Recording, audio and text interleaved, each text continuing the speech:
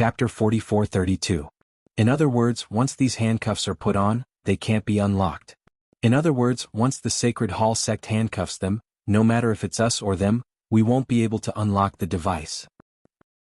Gong Jie was furious. In other words, from the beginning, the Sacred Hall sect wanted to kill them? You can say that. The Sacred Hall sect never thought of letting the hostages leave alive. Gong Jie frowned. It seemed that this matter was much more difficult than he had imagined. Then what about this? Red Sparrow said. First, unlock the handcuffs and bring Hurricane back. There are so many people in Hurricane, can't they figure out a way to unlock it? When the time comes, as long as they figure out a way to unlock the handcuffs, it won't be too late to unlock them. In short, the most important thing is to get the hostages out of here safely. That's true, but... Red Sparrow was finally impatient. But what? Do you think that such a big hurricane can't even unlock a simple linkage device? No. The man was obviously in awe of Red Sparrow. He said in a trembling voice, when the linkage device is activated, it will start a countdown. This kind of linkage device has a time limit. Usually it lasts for 7 days. If the handcuffs are not unlocked after 7 days, the linkage device will automatically explode, so... Red Sparrow was completely stunned. She was also shocked by the cruelty and viciousness of the Sacred Hall sect. However, she had seen such things many times, so she was not surprised. Gong Jie's face was extremely gloomy. He had already guessed that the Sacred Hall sect was so arrogant and their way of doing things was quite extreme. When it came to dealing with hostages, they were inhumane. They didn't care about the hostages' lives. They only used them as bargaining chips. And they were so arrogant because of the value of these hostages. However, even if they knew that their rescue operation might be classified as useless, they would still try their best to save the hostages. Red Sparrow was also confused. I don't understand. They are so extreme. Aren't they afraid that we will give up on the hostages? At that time, Hurricane will target the Sacred Hall sect and launch a crazy revenge. Are they really not afraid of Hurricane? Evil sect. Who are the cults? Gong Jie said, the cults believe in God, but these fake Christians believe that God has been silently protecting them. They think that after they die they can become gods and become immortal. Do you think they have any sense of reason? Since they are so loyal to God, why did they ask Hurricane to provide so many munitions? Because Bishop Jim is a pretty smart, sober man. He was taking advantage of the sincerity of the cultists to amass a huge fortune. Over the years, how many families had the Sacred Hall embezzled? Jim knew the truth of the world very well, but he used such nonsense to brainwash his followers and seize their property. Those believers are all poor people who have been deceived by him. A pitiful person must have a hateful side. No matter what, we have to rescue the 3 hostages first. Chapter 44:33. Yeah, I'll negotiate with Jim when the time comes. You're going to do it yourself? Vermilion Bird was a little worried. Young Master Jia, I think it's better if you don't do it yourself. Jim is a sly old fox. Who knows what kind of trap he has set for you? What a bunch of good-for-nothings. Who are those people around him? I heard that Jim spent a lot of money to hire a team of 100 mercenaries from Europe. However, these mercenaries have varying strengths and aren't a threat to me at all. Vermilion Bird was still a little worried. That's true, but in any case, don't underestimate the enemy. Don't worry. I know what I'm doing. Vermilion Bird and Gong Jie went their separate ways. To rescue the hostages, they didn't need to bring a large number of people. 3 groups of 5 were enough. The rest of the people were to follow Gong Jie around the clock and be on standby. Gong Jie released the news that they had arrived at the port with the goods and were waiting for Jim's reply. At night, Jim quickly set a time and place. San Jose Sports Center. San Jose Sports Center used to be the largest training ground in East Africa. It used to be the venue for military drills and reviews. It was also the venue for international sports events. Ironically, the training ground that used to impart the spirit of peace was now surrounded by constant crossfire, and many civilians were killed or injured. The 5 rings that symbolized peace were still hanging at the top of the training ground. Gong Jie brought his men to the sports center. The sky gradually darkened. They had agreed on a time, but Jim still didn't show up even after a long time had passed. Perhaps his men had already arrived, but seeing that Gong Jie had brought his men here, he secretly investigated the situation. He was obviously worried that Gong Jie had brought a few thousand men with him. Jim, this old fox, was still rather afraid of death. Gong Jie turned around and said to the team of mercenaries responsible for his safety, "Go somewhere else. Don't stand here." But, young Master Jie, Officer Vermilion Bird said, "Officer Vermilion Bird isn't here now. Besides, I'm the chief commander. You just have to listen to my orders. But, didn't you arrange for snipers? Gong Jie lowered his voice and asked, are the snipers on standby? It's on standby. I'm worried that Jim's side has also sent a sniper. Where is the scout? Have him patrol the surroundings. Once he finds a sniper, kill him on the spot. Yes, I understand. Gong Jie had arranged snipers around the training ground in advance. If Jim's side tried to harm him, they would kill him in advance. At the same time, the mercenaries would cover his safe escape. However, this was just in case.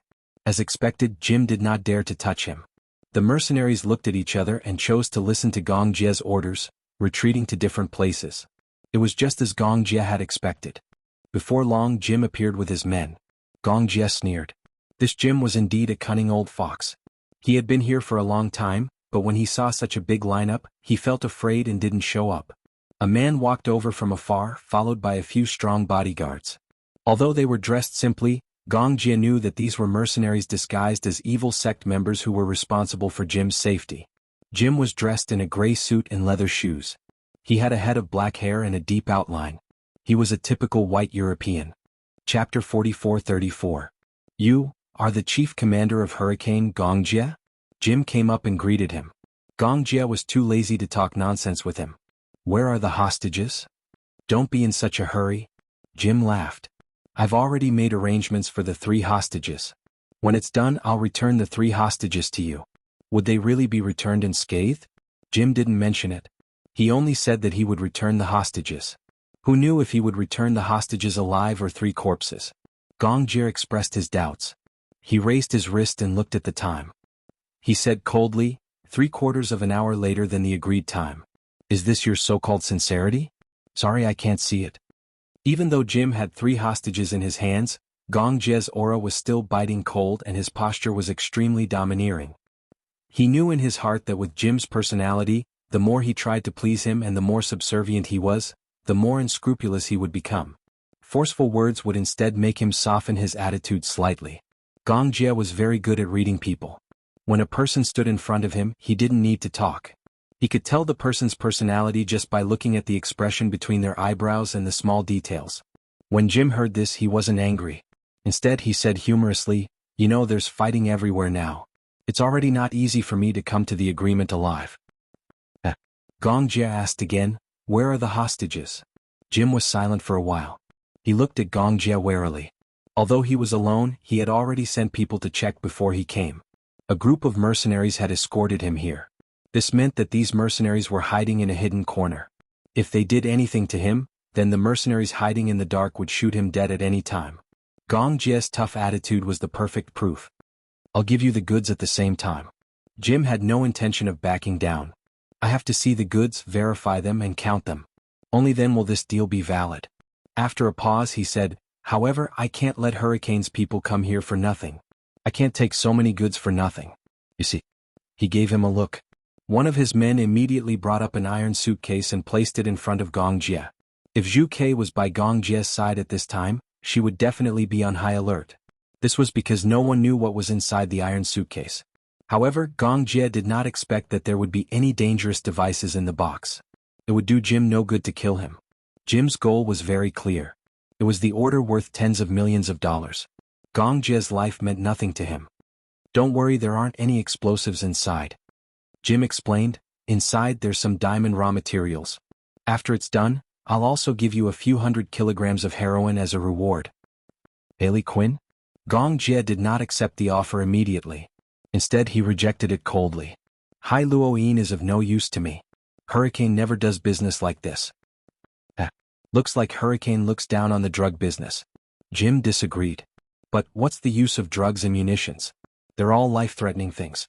Hurricane doesn't have to think so highly of themselves. I'll say it again. Chapter 44:35.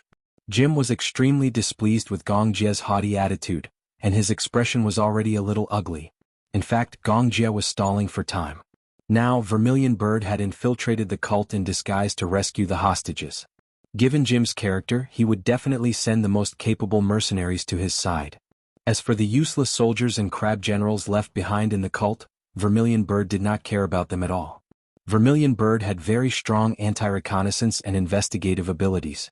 She would definitely be able to lead her men to rescue the hostages as soon as possible. But before that, Gong Jia had to stall for time as much as possible. If necessary, he would not hesitate to tie Jim up as a hostage. Let's go and inspect the goods first. Gong Jia sneered. It's useless to talk to you. With that, he stood still and waited for Jim's response. Naturally, he would not turn around immediately and leave his back to them. Jim could tell that Gong Jia was also very wary of him. He raised his eyebrows and suddenly asked, "Among the 3 hostages, there's a man who looks very attractive." When he said that, Gong Jia immediately realized that he was talking about Hua Jin and immediately became nervous. "Him? What's wrong? You're so nervous." Jim immediately smiled evilly. "Don't tell me that this man has a special meaning to you." Gong Jia's facial muscles immediately stiffened. "Don't tell me that this man is your favorite pet?" This sentence undoubtedly angered Gong Jia. Favorite pet? This wasn't a nice way to address him. From what he knew, Jim liked women, but he also liked men. As long as it was attractive, he was very interested in it. To him, whether it was a man or a woman, they were just for his amusement. In other words, men and women were like dogs. They were pets, not humans. Obviously, he said this because he regarded Hua Jin as a pet in his eyes. There was no difference. He treated Hua Jin as Gong Jia's plaything, but such blasphemy made Gong Jia unhappy. He swore that when Hua Jin, Alice and Natalia returned safe and sound, Hurricane would wash the headquarters of the Temple of Light with blood. What was there to be embarrassed about? It's not a rare thing for a man to like another man. Jim said, "Men and women are the same, they are all living creatures. In this world there are only differences between gods, devils, humans and ghosts. However, I am different from you. I am a god. Therefore, to be able to receive my gift is a great favor. If young Master Gong is interested, I have some pets for you to choose from. If you don't mind, you can pick a few pets and bring them back. It's not impossible. It's also a gift from me to Hurricane." Gift favor? What a disgusting metaphor. Gong Jia's face was full of disgust, but he didn't show it. He said indifferently, "It's getting late. I think you should also want to check the goods as soon as possible and then finish this business. Everyone's time is precious. Don't waste it on these boring things." Haha, okay. Are the goods at the port? The port. It doesn't seem safe to trade at the port. Jim was also thinking. Why don't we transport the goods here? It was too risky to haul the goods back from the port. Chapter 44:36. Impossible. Gong Jia rejected him directly. He had no intention of handing these goods over to Jim. Doing this was just a delaying tactic. He was stalling for time so that Vermilion Bird would have more chances to rescue the hostages. Jim narrowed his eyes, secretly sizing up Gong Jia, and bluntly expressed his worries. "If I follow you to the port, I don't know if you have any troops stationed there. When I reach the port, if I am ambushed by your men, wouldn't it be a waste? I won't take the risk like this." Gong Jia smirked. "If I have any thoughts about you, I can get rid of you right here." "How can you guarantee that?" Gong Jia smiled coldly and then he snapped his fingers lightly. The next second, the mercenary standing closest to Jim was shot in the head by a sniper in the distance. The whistling bullet instantly penetrated the mercenary's head, and the warm blood splashed on Jim's body. The corner of his mouth that had not yet cooled down was stained with a trace of blood at the same time. Jim suddenly froze. Gong Jia raised his eyebrows. "Is this enough to prove it?" The mercenaries beside Jim reacted quickly, and almost at the same time they pointed their guns at Gong Jia. Gong Jia had both hands in his trouser pockets, and in the face of the other party's hostile aura, he appeared indifferent. He did not think that Jim would dare to let these mercenaries shoot. And the more calm Gong Jia was, the more restless Jim became. He waved his hand and roared, "Damn it! Put down your guns. Do you want to kill me?" If they fired at Gong Jia before Gong Jia fell, he would have been shot dead by the sniper in the distance. Jim was scared to death. Gong Jia glanced at him disdainfully. "Do you really think that I came here for the 3 hostages? Jim, if you don't even have the attitude to personally inspect the goods at the port, not to mention you, even these mercenaries beside you won't be able to live for long." His tone was unyielding. However, being tough also required the ability to be tough. Jim knew very well that Gong Jia had the right to be tough. However, he was also certain that Gong Jia would not kill him so easily. He already knew this before he rushed over. This time, what awaited him was not a deal, but a game between the two sides. Jim also vaguely realized that perhaps the Gong Jia was stalling for time. At this moment, he might have already sent out troops to search for the 3 hostages. However, he was also very sure that the lives of the 3 hostages were in his hands. This was also the last bargaining chip in his hand. Gong Jia, I can go with you to the port, but I'm warning you, you better not play any tricks. Otherwise, if anything happens to me, those 3 hostages will definitely not be alive. Gong Jia had sent out Vermilion Bird. Even if he managed to find the hostages, he had to break through the encirclement of the heretics. If he managed to kill his way out, then Gong Jia would become a wanted criminal by the peacekeeping forces. Although they were members of an evil sect, they did not have the right to be shot to death. Gong Jia's expression was very ugly. He only prayed in his heart that Vermilion Bird could find the 3 hostages as soon as possible. Lead the way to the port. Jim took a step back. Chapter 44:37. Vermilion Bird's voice could be heard clearly through Gong Jia's earpiece. Young Master Jia, we found Natalia. Gong Jia secretly heaved a sigh of relief when he heard that. However, he didn't show it and he didn't dare to let his guard down. When they arrived at the harbor, the cargo ship immediately brought down a ladder. Gong Jia turned around and said to Jim, the ship is full of firearms. For safety reasons, all of you should unload your guns and board the ship. Unload our guns. Jim finally couldn't take it anymore. Hey Gong Jia, you can't be thinking of kidnapping us as hostages, right? Gong Jia narrowed his eyes and said coldly, the ship is full of my men. There are also Hurricane's assault troops stationed at the harbor. Even if you don't unload your guns, you won't be able to resist once you're here. After a pause, he smirked coldly. Oh, I seem to have forgotten. From the moment you angered Hurricane, the Sacred Hall sect was already at the end of their rope. Jim's face was slightly embarrassed. The muscles on his face twitched slightly. Thus, he turned around and waved his hand lightly. The dozens of mercenaries looked at each other, somewhat unwilling. They were mercenaries who risked their lives. They couldn't go against their employer's orders. But, if they had to gamble their lives for a few $100,000 and it was a meaningless gamble, they were unwilling. In their eyes, their lives were more important than benefits. The most outstanding and most useless mercenary organization in the world was Mercenary Paradise, which belonged to Hurricane Group. The mercenaries who came from Mercenary Paradise were all veterans who had fought in various battlefields all over the world. Some of them were even young mercenaries who had undergone high-intensity training since they were young. They were loyal to Hurricane and wouldn't hesitate to risk their lives for it. Hurricane's benefits were far more important than their lives. Not every mercenary was willing to risk their lives for their employer, especially when it was obvious that it was dangerous. As mercenaries, they couldn't unload their guns in front of their enemies. Unloading their guns was like a tiger that had lost its claws and teeth, becoming a weak beast. Sorry, employer, we can't unload our guns. The mercenaries took a step back. In the night, everyone's face was filled with resistance. Jim looked around and said fiercely, I've paid you guys. You have to protect me. There's a clause in the agreement. If it's an unnecessary risk, we can refuse to carry it out. Jim was fuming. At that moment, he had become a trapped beast in Hurricane's hands. He turned around and looked at Hurricane with a pale face. For some reason, he suddenly sneered and raised his hands. Instead of letting my mercenaries unload their guns, why don't you just tie me up? How about that? What? The man was a little surprised. I don't think Hurricane came here with any sincerity at all. This matter? Sect leader? Upon hearing this, Gong Jia realized that things were developing in an unpredictable direction.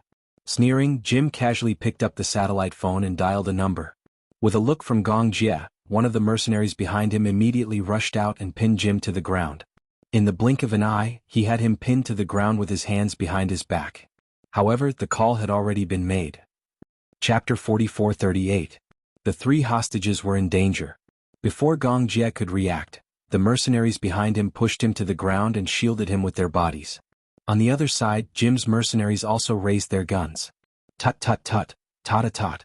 The sound of rifle fire was heard and sparks flew everywhere. The sound of bullets piercing through bodies could be heard from time to time. Gong Jia let out a muffled groan as he felt a bullet in his back. In the midst of the sparks, the close-range battle lasted for a minute. In just a short minute, the mercenaries on Jim's side were completely annihilated by Gong Jia's mercenaries. In the blink of an eye, the port was covered in a river of blood. They couldn't even withstand a single blow. Gong Jia stood up and heaved a sigh of relief. Taking off his bulletproof vest, he pulled out a bullet shell from his back and smashed it on the ground. Because of the bulletproof vest's protection, it only grazed his skin a little. Jim was already pinned to the ground. Gong Jia walked towards Jim and said, "Do a head count." He walked to Jim's side and stepped on his body with his military boots. Expressionlessly, he snatched the satellite phone from his hand and hung it up without hesitation. Reporting young Master Jia. We've done a head count. No team members are dead but 2 are injured. Is it serious? It's not serious. Gong Jia put on his earpiece and called Vermilion Bird. Soon Vermilion Bird picked up the call. Vermilion Bird, how's the progress? Young Master Jia, we found the 3 hostages safely and are on our way back. Did everything go well? It went well. We didn't lose any team members, but a few of my team members and I were injured. Is it serious? It's not fatal. What about you? How's it going? Everything went well. It went so smoothly that it made one's heart palpitate. The whole thing went too smoothly. In fact, it went so smoothly that it was unbelievable. Gong Jia caught a glimpse of Jim, who was pinned to the ground, from the corner of his eye. A sly smile gradually appeared on the latter's face. Instantly, his temples throbbed violently. For some reason, this smile was a little creepy and made one feel uneasy. He grabbed Jim and went straight to the point. You're not Jim. Who are you? What? Young Master Jia, didn't I hear that your subordinates brought the hostages back safely? However, do I need to remind you that your wishful thinking seems to have gone wrong? Sect Master had long expected that you would not obediently fulfill the deal. Who are you? Gong Jia was getting more and more annoyed. Even though the information reported from the other side was that they had safely evacuated with the 3 hostages and were on their way back. However, he had a feeling that things weren't that simple. Jim's smile became even more dazzling. Gong Jia was certain that this man was definitely not Jim. He grabbed him by the collar and asked coldly, "Who the hell are you?" Before Jim could speak, his satellite phone suddenly rang. Gong Jia looked at the satellite phone in his hand and felt a boundless chill seeping into his body. His limbs immediately became incomparably cold and his scalp numbed. Answer it. Why aren't you answering it? Jim urged him on. Gong Jia answered the call. On the other end, a middle-aged man's deep and sinister voice could be heard. Young Master Jia, how have you been? Jim. Was the person on the other end the real Jim? Chapter 44:39. How could the real Jim show up so easily? Your subordinates rushed into my territory and killed several of my followers. May I ask, how should I settle this debt with you? On the other end, the man's voice was filled with displeasure, but his calm tone made people feel even more terrified. Gong Jia frowned. Originally, he thought that since Hua Jin and the others had been brought back safely by the Vermilion Bird, then, in front of Jim, he should naturally have some confidence. However, for some reason hearing Jim say this made his hair stand on end. I hate disobedient children the most. On the other end, the man complained, originally the deal that has already been agreed upon, can't you just obediently fulfill it? Why do you have to play these tricks? I'm really tired of it. What do you want? Jim no longer spoke. However, through the satellite phone, Gong Jia could vaguely hear that Jim was in a very empty square. In the square, the sound of a loudspeaker suddenly came from the square. The war in this world has never stopped, just like the endless night, never seeing the dawn. After today, tomorrow, those soldiers will rush in and slaughter us wantonly. The souls that die in the hands of those soldiers will all become the puppets of those devils. They will tightly grip the throats of our souls. We will no longer have a future. We will no longer have eternal life. Immediately after, through the satellite phone, one could clearly hear the cheers of the believers in the square, as well as the cries of some women and children. All the voices were mixed together, like a sad song before one's death. Let us use our lives as a sacrifice to the great Jesus Christ. He will bless our souls and lead us to paradise. Tonight everyone will die. If you truly love me, then please die with me. Those who survive, the government will not let you go, the armed forces will not let you go, even the hurricane will not let you go. We will fight to the death with those devils, but please forgive me. In the end, I will use all of our souls as a sacrifice to the dawn of this world. The voice clearly came from Jim. His voice was very recognizable, high and powerful. Today we will all die, but tomorrow he will resurrect us. In the next second, the satellite phone was cut off. Gong Jia was already drenched in cold sweat. He immediately put on his headset and contacted Vermilion Bird. The Vermilion Bird quickly picked up the call. What's wrong, young Master Jia? Are you sure you brought the 3 hostages back safely? Gong Jia said, it wasn't the real Jim who showed up. Just now on the satellite phone, I heard all the believers gathered in the square, and Jim seemed to be making a declaration. The Sacred Palace sect has a very large plaza. When I left with the 3 hostages, I saw from afar that there was a very large barrel in the middle of the podium. Bucket? Yes. The vermilion bird told him the whole story in a concise and comprehensive manner. The sacred shrine sect wasn't big and only had a few thousand followers. However, when they were rescuing the hostages, a male heretic who was guarding the hostages actually begged them to take him away. Chapter 44:40. At night, Jim will summon all his followers to gather in the square. Everyone will drink the highly toxic strawberry juice and commit mass suicide. Moreover, he will burn a living person as a sacrifice before dawn. At this point, Red Sparrow suddenly shuddered. She turned around abruptly and looked at the 3 hostages in the back seat. She had been in such a hurry that she had not checked carefully. Jianghu frowned. She immediately pulled out the dagger tied to her thigh and neatly cut a hole in the cloth bag. Natalia let out a muffled groan. She was obviously frightened. Beside him, Alice was visibly trembling as well. The third one, on the other hand, was apparently very calm. Red Sparrow cut open the cloth bag on his head and saw an unfamiliar face. He had dark skin and a chiseled face. He was a typical East African. "Where's Hua Jin?" Red Sparrow exclaimed. Gong Jie suddenly became nervous. "What's going on? Hua Jin is not here." "What? Oh no. This is a human bomb. Get out of the car. Get out of the car." It was a mess on the other end. When Red Sparrow cut open the cloth bag, she also heard the countdown of the time bomb on his body. She immediately ordered the driver to stop the car and open the door. She carried Natalia in one hand and Alice in the other. Before the car came to a stop, she jumped out of the car recklessly. Just a few seconds after the people jumped out of the car, the bomb on the other hostage exploded, destroying the car along with it. The powerful explosion shattered the radio system. "Busy." Gong Jie heard a shrill sound coming from his earpiece. He immediately took it off and turned his head to look at the fake Jim beside him. He grabbed the man's collar and asked fiercely, "Where is the other hostage?"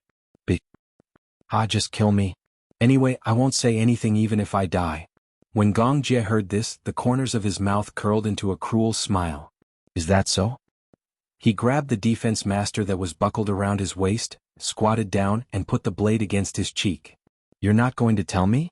The man glanced sideways at the blade that was pressed against his skin. With Gong Jie's pressure on his wrist, the sharp blade quickly cut open a wound on his skin. It was not that there was no fear in his heart. He was not afraid of death, but he was instinctively afraid of something more painful than death. "Are you going to tell me or not?"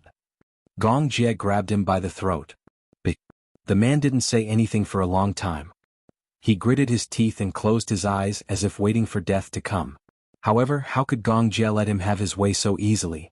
He was determined to get information out of him, but since the man was so tight-lipped, it wasn't like he didn't have any tricks up his sleeve.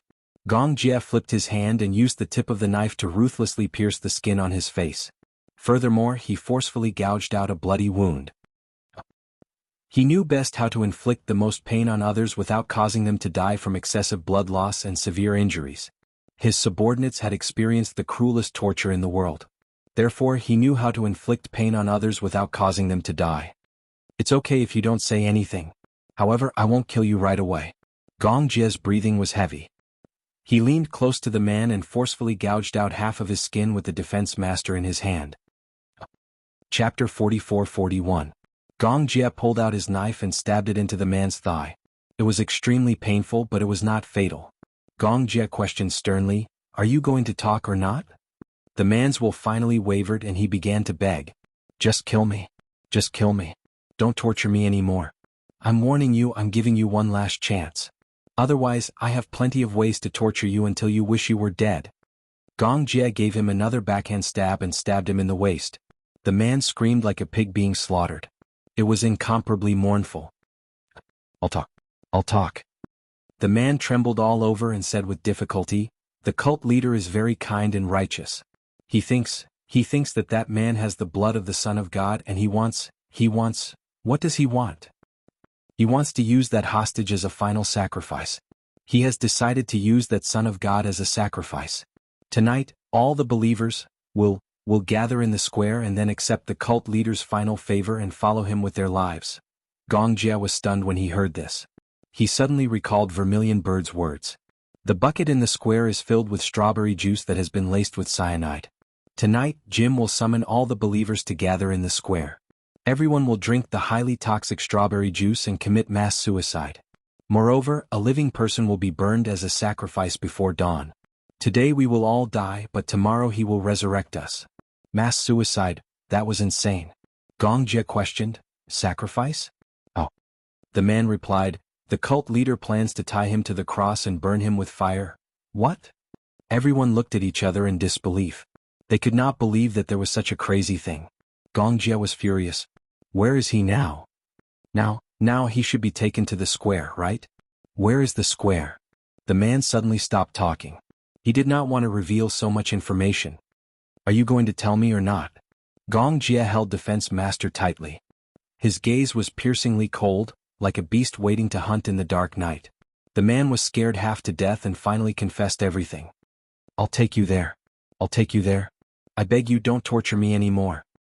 Hearing this, Gong Jie stood up, looked around and ordered, prepare weapons and a car for me. But, young Master Jie, there are battles everywhere. It's too dangerous to go there rashly. Cut the crap. Gong Jie turned around, full of murderous intent. Go and prepare. Yes, your subordinate will go and prepare now. Long live the Divine Temple. Long live Jim. Long live the Divine Temple. Long live the Saint. Hua Jin was awakened by a group of majestic roars. He opened his eyes in a daze. Before he fully regained consciousness, he saw a huge square in front of him under the moonlight. In the square, a group of believers gathered together. Some were carrying babies while others were supporting each other. He was startled. Just as he opened his mouth, he suddenly saw a man in a black robe carrying a bucket of things and walking in front of him. What are you doing? Before he could see clearly what was in the bucket, he saw the man pick it up. Chapter 44-42. Suddenly, a bucket of gasoline was poured over his head. The gasoline drenched his body and instantly corroded his whip wounds. Hua Jin sucked in a breath of cold air and gritted his teeth. He lowered his head, and only then did he clearly see his current situation. He was tied to a cross, and there was a pile of firewood under his feet. On the side, a believer held a torch in his hand. The flame bloomed eerily in the night wind, like a deadly flame flower. Hua Jin suddenly felt his hair stand on end. Were they going to burn him alive as a sacrifice? In the square, hundreds and thousands of believers knelt down devoutly. Holy Son, please bestow eternal life to our leader, please bestow eternal life to us. Long live His Highness the Holy Son. A group of people knelt down in front of Hua Jin inexplicably. Hua Jin saw that their faces were either filled with joy or tears. Some women were holding babies and kissing their husbands reluctantly. At this moment, a group of people followed a man in a suit onto the stage. It was Jim. Hua Jin had seen him a few times. It was said that he was the leader of the thousands of believers in the square, the great leader of the Sacred Palace sect. Jim stood on the podium, and for the last time he faced all the believers and gave a speech. Tonight here everyone will die. If you really love me, please be sure to die with me with dignity. In the future the Lord will bless your souls with eternal life. In the bucket in the middle of the podium, there is strawberry juice with hydrogen chloride. Hydrogen chloride? Hua Jin suddenly felt a chill run down his spine. That was highly toxic. Even a small amount of hydrogen chloride was enough to kill. Moreover, death would be quick. Although it would be less painful, but were these people crazy? Were they trying to stage a mass suicide? Hua Jin was puzzled. He knew too little about this world. He did not understand why these crazy people would choose to commit mass suicide when they were living well. Great leader. Please allow me to make a request, okay? At this moment, a woman suddenly stood out from the square. She wore a headscarf and walked to Jim with tears streaming down her face. She first knelt down and kowtowed devoutly. Then she drew a cross on her chest. Sect Master, I have a child. She turned around and immediately a man stood up. He looked like her husband and he was holding a baby in his arms. The baby was no more than 10 months old. The woman's face was full of grief. Great leader Jim, the children are innocent and holy. They don't need to go through this ceremony. Can he not participate in this ceremony? Cut the crap. Jim didn't say anything, but the bodyguard beside him cursed on the spot. How dare you disobey the sect leader's orders? The bodyguard immediately jumped off the stage and reached out to snatch the baby from the man's arms. The woman cried and threw herself at them, begging, "Please let this child go. He's innocent. Please, please don't be so cruel, okay? You better do it yourself. Otherwise I'll beat you to death, you bitch. Then choke him to death along with this filthy child." The other believers began to jeer. Unclean. Dirty. They're insulting the Sacred Palace sect. Sect Master, please kill them. That child is unclean and will bring misfortune to the sacred palace sect. Kill them. Kill them. Chapter 44-43. Hua Jin's heart was filled with sorrow. How pitiful were these believers to believe in an evil cult to such an extent that they wouldn't even let off an innocent child. The child was still so young that he didn't even understand what was happening. His pair of helpless eyes kept looking around, frightened by the shrill screams of the people around him. These believers looked so contradictory. They were afraid of death, but they also looked forward to it. It was as if death would really bring them eternal life. It was as if their souls would be purified because of it. What exactly did this damn sacred palace sect brainwash them?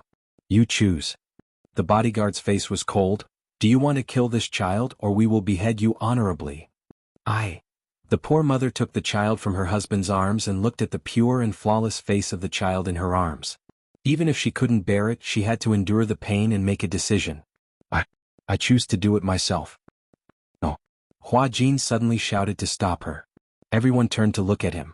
Under everyone's gaze, Hua Jin was at a loss. He pondered for a while and finally gathered his courage and said seriously, "Everyone, don't listen to the nonsense of this so-called leader. What sacred palace sect? He will only bring you misfortune." However, no one understood what he said. They couldn't understand Chinese. The saint has spoken. The believers once again kowtowed devoutly. A sense of powerlessness suddenly engulfed his whole body. Hua Jin could only watch helplessly as the mother let out her last sorrowful wail. Immediately after, she was forced to take a glass of strawberry juice from the bodyguard. Her heart ached, but she forced the child's mouth open and slowly poured the sweet but poisonous strawberry juice into the child's mouth. The poison took effect very quickly. The child cried a few times, then suddenly straightened his legs and stopped moving. His pair of clear eyes immediately darkened. The mother's tears fell like rain. She poisoned her own child with her own hands. My child? Her husband beside her also cried bitterly. There was nothing more painful than killing your own child with your own hands. However, at this moment, under the baptism of the evil cult's teachings, the believers who had long lost their humanity began to cheer. Let us welcome this great moment. As soon as he finished speaking, believers continuously walked up to the podium, picked up the strawberry juice and drank it in one gulp. An old man began to resist. I don't want it. I want to leave this place. I don't want to die. I don't want to drink that. He finally had a mental breakdown. He struggled continuously, pushing aside the crowd in an attempt to escape. However, a believer pushed him to the ground and a few people stepped on him. Another believer brought strawberry juice and forced it down his throat. How could a powerless old man be a match for these crazy believers? He was forced to drink the strawberry juice. He convulsed and fell to the ground. Then he stopped moving.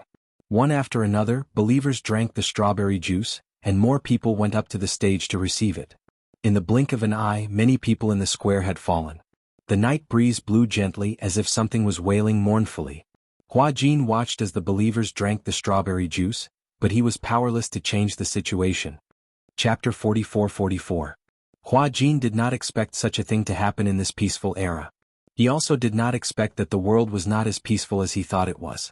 He had always lived in a peaceful country. It was hard for him to imagine such cruel things. Now this tragic scene was playing out in front of him. Perhaps it was because the smell of gasoline on his body was too pungent, but he suddenly felt nauseous. Ugh! He wanted to vomit and felt extremely uncomfortable. He struggled for a while, but his hands were tightly bound and he couldn't move. A believer walked over with a torch. At the same time, the believers in the square became more and more enthusiastic. Long live the Son of God. Long live the sacred shrine. Long live Lord Jim. It was like the last carnival before death. Hua Jin did not know if it was the believers' sorrow or the world's sorrow. It was said that these believers became Jim's fans and supported the sacred shrine because they thought the sacred shrine gave them the last pure land. Most of these believers were refugees from warring countries. Some were even civilians from developed countries. Some of them were old people who had experienced world wars. Some of them were people who had experienced the global financial crisis and went bankrupt. The sacred shrine was founded to fight racial discrimination. Jim was enthusiastic about helping the poor, but he was rejected by some stubborn conservatives in the church. Therefore, Jim decided to build his own church, a sacred church that was truly free and equal. A church that even black people could enter. In the beginning, racial discrimination became more and more severe. Many black people worshipped him as Jesus Christ. He went door to collect donations and sold small animals. Finally, he raised enough money to build the church. They set up free cafeterias, day care centers, clinics for the elderly and other social services. However, later on, the sacred shrine became more and more different from traditional Christianity. Its teachings were gradually distorted. Later, Jim moved the core believers to Siena in East Africa. He promised the believers that it would be a tropical paradise without the evil of the outside world. Most of the core believers followed him to Siena. They were forced to work according to Jim's instructions. Everyone worked together to build the sacred shrine. All the believers lived in the sacred shrine isolated from the outside world. They were extremely poor. They had no private property, no personal life, and no space for thoughts. They were closely monitored by Jim's armed guards. Any believer who tried to ask for personal freedom, such as sex without Jim's permission, would be severely punished. If a believer was found to have apostasy, they would be tortured or even deprived of their life. They did not even know that the outside world was not the end of the world they imagined. Jim, on the other hand, lived a life without restrictions. He owned the fruits of the believer's labor. He lived in a luxurious room with all the modern facilities. He could have sex with any male or female believer. The believers were required unlimited worship, loyalty, and absolute obedience to Jim. Chapter 44-45. A pitiful person must have a detestable side. Ignorance was also a sin. Hua Jin's heart gradually sank into despair. He thought that Alice and Natalia should have been rescued. What he was about to face was probably death. At this moment he suddenly envied those believers. After drinking the strawberry juice that contained hydrogen chloride, they died without much pain. What he was about to face was a raging fire. In the square, some people obediently drank the strawberry juice, while others resisted. However, in the end, those who resisted were shot to death, strangled to death, or injected with cyanide. Jim sat on the throne, trembling as he took out a pistol from the hidden lining of his suit and calmly loaded it. However, when he pressed the muzzle to his temple, his emotions suddenly became agitated. "I will be immortal for all eternity. Everyone must follow me." He suddenly shouted, "Mother! Mother! Burn the Holy Sun! Burn the Holy Sun!" The screams became fiercer and fiercer. Hua Jin looked at the people holding torches getting closer and closer. His whole body trembled as he closed his eyes. However, in the next second, the roar of a car came from the end of the square. Immediately after, when the believer raised his hand and was about to throw the torch to the firewood at Hua Jin's feet, two thunderous gunshots echoed. One gunshot was Jim's suicide by swallowing a bullet. The other shot was fired from the end of the square. The bullet accurately pierced the believer's wrist. The torch fell to the ground and ignited the oil barrel at his feet. The fire immediately spread. The believer's body was instantly on fire. He screamed and panicked as he rushed to the crowd in the square. "Ah, go away. This is the fire of sin. Go away." The square instantly went out of control. Hua Jin looked at this scene in a daze. He looked in the direction of the gunshots and saw an off-road vehicle breaking through the encirclement of the believers and speeding toward him. A soldier mounted a light machine gun on the sunroof of the car and fired at the armed forces that were swarming toward them. The car stopped below the stage. Gong Jie pushed open the car door and got out. With a single stride, he effortlessly stepped onto the stage and walked toward Hua Jin. At this moment, Hua Jin was already shocked speechless. "Gong Jie, how are you?" When Gong Jie saw the whip wounds all over his body, his eyes were burning with anger. "Damn it! What did these people do to him? Did they use private punishment? What are you doing here? It's too dangerous here. If I didn't come, you would have died." But what? Shut up." Gong Jie had a murderous look on his face. His murderous aura was so strong that Hua Jin didn't dare to speak for a while. Gong Jie had just untied the ropes around his arms when Hua Jin caught sight of a believer walking toward Jim from the corner of his eye. At this moment, Jim had already fallen on his cult leader's throne and shot himself. Only his cold body was left. The believer took the gun from Jim's hand and reloaded it. Then he aimed it in the direction of Hua Jin and Gong Jie. Beneath their feet was firewood soaked in gasoline.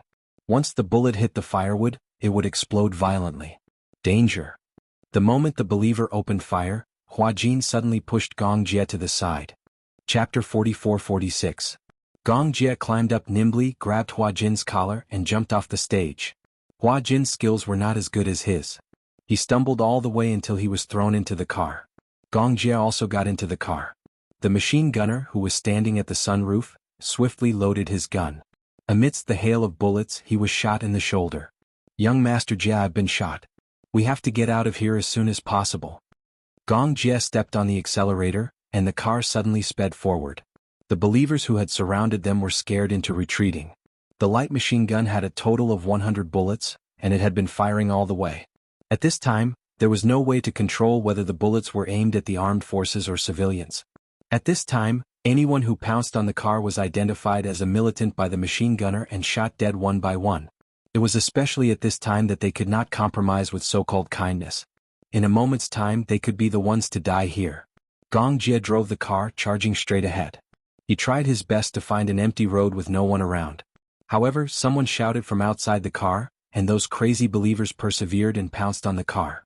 It was obvious that they wanted to use their bodies of flesh and blood to block their way. Hua Jin shrank into the corner of the car. There were many militants outside the car and they were all armed. He could not help Gong Jia much and he could only try his best to protect himself and avoid unnecessary harm. During this time, Hua Jin vaguely felt that the car had run over something. A corpse. Or a living person who had been rolled under the wheels. He covered his face in shock, not daring to think too much. Da-da-da-da-da. The machine gunner was still defending his last position. All of a sudden, Hua Jin felt a warm liquid splashing on his face. He looked up and saw that one of the machine gunner's arms had been injured by a bullet. Blood was gushing out endlessly. "You're injured." However, the machine gunner could not hear him. He had followed Gong Jia to rescue Hua Jin. He already knew that following Gong Jia this time would not bode well for him. On the way here, one of his brothers had died in the smoke. He had never thought of leaving alive. He only wanted to use his body of flesh and blood and his astonishing willpower to escort Gong Jia and Hua Jin out of this place. This was his mission. The car left the square without a hitch and soon left the believers far behind. However, Gong Jia still did not dare to let down his guard. "Leo, how are you?" He looked straight ahead, held the steering wheel and asked the machine gunner. However, there was no response for a long time. Hua Jin carefully patted the machine gunner's waist, but there was no movement for a long time. An ominous premonition arose in his heart. "Is it important? Are you okay?" He carefully carried Leo back to his seat. Only then did he realize that Leo's throat had been injured by a bullet and was badly mutilated. Blood gushed out, but he still maintained the posture of hugging the machine gun. His eyes were opened in a daze and his whole body was trembling. With his throat injured, he could no longer speak. Even if the environment was not so harsh, Hua Jin knew that the machine gunner named Leo was probably dead. "What should we do?" "Gong Jia, he's seriously injured." Gong Jia held the steering wheel tightly. His bloodshot eyes looked at Leo through the rearview mirror. Chapter 44-47. Bang! A loud sound was heard. Gong Jia fired. In an instant, the bullet hit the oil stain on the bottom of the car. In an instant, flames spread all the way and surrounded the oil cylinder. The car exploded and flipped over. "Let's go. We can't stay here for long. If the explosion alarms the nearby army, it won't be good if they rush over." Hua Jin said, "How do we go?" "Where are we going?" "To the port. Most of the troops are waiting there. But first, let's find a place and let them send troops to pick us up." "Okay." Hua Jin followed Gong Jia.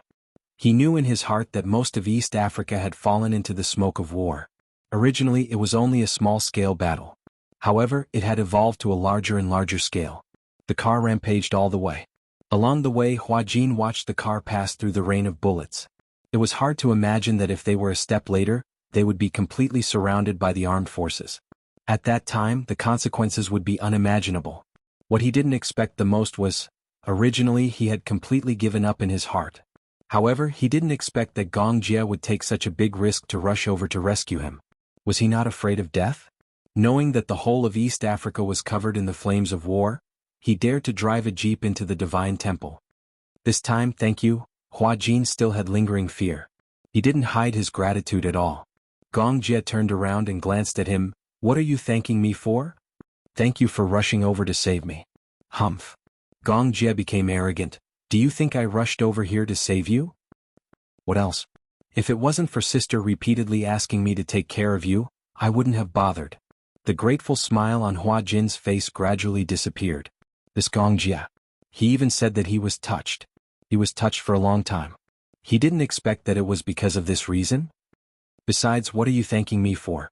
If it wasn't for the grudge between Hurricane and the Divine Temple, you wouldn't have been implicated. Grudge?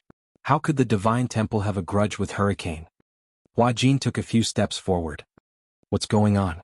Surprisingly, Gong Jie was patient enough to tell him everything in detail. The Sacred Palace sect is at their wits' end. Originally, he had fled to East Africa to find a paradise that was conducive to the development of the church. He did not expect that a war would break out. Without enough food and armaments, they were like trapped beasts in East Africa. That's why he's doing everything he can to kidnap Hurricane as a hostage. He wants to use this hostage to threaten Hurricane. Ah, Hua Jin muttered to himself, why does Hurricane make enemies wherever he goes? Gong Jie turned around. What did you say? No, nothing. In that case he was the one who was implicated? The thought of Professor Romanka's tragic death made him even more fearful. Do people really have a destiny? Among the four of them, only Professor Romanka did not escape the disaster. Romanka is dead. He was beheaded by those disciples. I know. Do you know? Yes, the Divine Temple sect sent a beheading video a few days ago to provoke Hurricane. Hua Jin didn't know that the game between Hurricane and the Divine Temple sect was so dangerous. Chapter 44-48. We are about 40 kilometers away from the port. If we walk, we might not be able to get there in one night. We have to get back to the port before dawn tomorrow. If his men did not come to their rescue in time, then they might be trapped in such a chaotic place. What worried him even more was that there seemed to be no news from Vermilion Bird. In the last call, he seemed to have heard the sound of an explosion. Gong Jie suspected that Jim had replaced Hua Jin with another suicide bomber, pretending to be a hostage. In fact, he had enough explosives tied to his body. He did not know how Vermilion Bird, Natalia and Alice were doing. He had already dispatched dozens of mercenaries to search for them according to the location of the last call. So far there was no feedback. However, Gong Jie was not worried about Vermilion Bird and the others. His most important goal now was to get Hua Jin out of here safely. However, these 40 kilometers on foot was nothing for him. Normally, 40 kilometers was just one of his training subjects. But for Hua Jin, although 40 kilometers was really long, under the control of the desire to survive, it could always stimulate his infinite potential. In order to survive, 40 kilometers was nothing at all. The scary thing was that he did not know what he would encounter on this 40 kilometers road. Put this on. Gong Jie handed him a bulletproof vest. Hua Jin took it but did not expect the bulletproof vest to be far heavier than he imagined. Why is it so heavy? Because it is a bulletproof vest. Is it? Hua Jin said, I have seen bulletproof vests before, but they are not this heavy. Hua Jin put on the bulletproof vest and muttered, this is like making me walk 40 kilometers with this weight. It's killing me. Of course, a normal bulletproof vest is not this heavy. Why? Because Gong Jie walked in front of him, stretched out his hand, pulled out a straw from the vest and opened the valve. There is a filtration device in here and there is some water in it.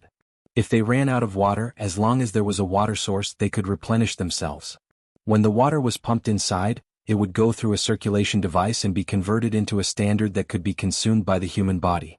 In addition, this is a special grade bulletproof vest. Apart from heavy sniper bullets, it can withstand bullets of many types and ranges. As he spoke, he put the bulletproof helmet on the man's head again. Hua Jin felt that this helmet was many times heavier than the heavy headwear on set. I feel like my whole body is heavy. He happened to be thirsty. Hua Jin took out a straw and greedily drank a few mouthfuls. Although it was filtered, the filtered water still had an inexplicable fishy smell. He frowned. Although it tasted bad, he still drank a few mouthfuls. He was too thirsty. It had been a few days since he drank such a refreshing mouthful of water. His lips were already extremely dry and cracked. Gong Jie looked at him and felt an inexplicable heartache. Oh, I think I drank so much and there's not much left in there. There's no rush. I still have some in my clothes. Is this water enough for us to walk more than 40 kilometers? I don't know if there is any river in front. If there is, it won't be a problem to replenish it. The important thing is, gulp. Chapter 44-49. Before he could finish his sentence, Gong Jie heard a wailing sound coming from Hua Jin's stomach. He looked at Hua Jin and the latter suddenly became embarrassed. This? Hungry? Yes. You haven't eaten well these few days, right? Yes. Here. Gong Jie took out a bag of dry food from his backpack. Hua Jin took it, but he was a little hesitant. What about you? Do you still have dry food? No more. This is compressed dry food. It should be able to replenish as much energy as possible. Then if I eat it, what about you? Gong Jie played it down. We'll take it one step at a time. I can hold on for a while, but if you can't hold on, I'll carry you and both of us will be finished. As he said that, he added, let's see if we can hunt some living creatures at night. Living creatures? Yes, for example, wild rabbits and wild deer. Roast them. Oh, you know how to hunt? Yes, this is the basic survival skill of the wild. Hua Jin followed Gong Jie's footsteps. He quietly ate the dry food, but his heart felt warm. Although Gong Jie didn't seem to be a very meticulous person, the more dangerous the situation was, the more his concern was the greatest encouragement and comfort to Hua Jin. At the same time, there was an indescribable sense of security. Although he was in a predicament with his brother around, he had a feeling that no matter how great the danger was, it was nothing compared to his brother's presence. At night, Gong Jie found a mountain with a natural cave. The weather at night gradually turned cold. The wind was strong and the cave was very warm. Hua Jin carried some firewood. Gong Jie used the flint that he carried with him to light the firewood and started a fire. Stay here and warm yourself. Don't walk around. I'll be back soon. Where are you going? Gong Jie said, to find something to eat. After saying that, he left the cave. Hua Jin obediently guarded the fire. Wrapped in his military coat, he gradually fell asleep. She woke up in a daze, but to her surprise, Gong Jie had already returned. At the same time, he smelled blood. Hua Jin curiously stood up and walked over, but Gong Jie heard his movements. He's awake? Yes. Hua Jin walked to his side and saw that he had caught a small deer. Where did this deer come from? Gong Jie said, this deer broke away from the herd. I saw her at the bottom of a hill. She seemed to have broken her leg. Ah, so pitiful. Well, if it wasn't for me, it might have been eaten clean by the wolves. When Hua Jin heard this, he didn't know whether to laugh or cry. Even if you brought it back, wouldn't it be eaten clean by you? Being eaten by me is better than being eaten by wild wolves. Wild wolves might leave behind bones. If it was eaten by you, it might not even have a complete corpse. Gong Jie looked at him unhappily. You seem to like arguing with me? Oh, I'm bored anyway. Hua Jin sat down beside him. Watching him skinning the deer skillfully, he couldn't help but complain, if I didn't know better, I would have thought that you were a butcher. Get lost. Don't be so fierce. Hua Jin felt wronged. It's so boring. How can I relieve my boredom if I don't talk? You have the strength to talk. Gong Jie snorted. I'm exhausted, so don't bother me. Chapter 4450. Venison was a delicacy in the world. Even without seasoning, the fresh and tender meat made him yearn for it. He gave the only dry food he had on him to Hua Jin. He was so hungry that his stomach was rumbling and he still had to peel off the deer's skin. God knew that he was almost drooling when he looked at the venison. Fortunately, his luck was good. Not long after leaving the cave, he heard a deer crying at the bottom of the hill. It was relatively smooth. 20 minutes later, Gong Jie put the venison on the fire and handcuffed it happily. Zili, the meat was on fire and made a beautiful sound. Gulp! Gong Jie licked his lips and his eyes widened. Hua Jin looked at the venison skewers on the rack, constantly rotating and handcuffing them evenly. He actually started to crave for it. However, I heard that eating barbecue can easily cause cancer. Hua Jin suddenly came up with a philosophy of health. Gong Jie glanced at him meaningfully. You don't have to eat it. No, I want to eat it. Didn't you say that barbecue can cause cancer? It will be fatal if you don't eat it. Hua Jin spat out another golden sentence.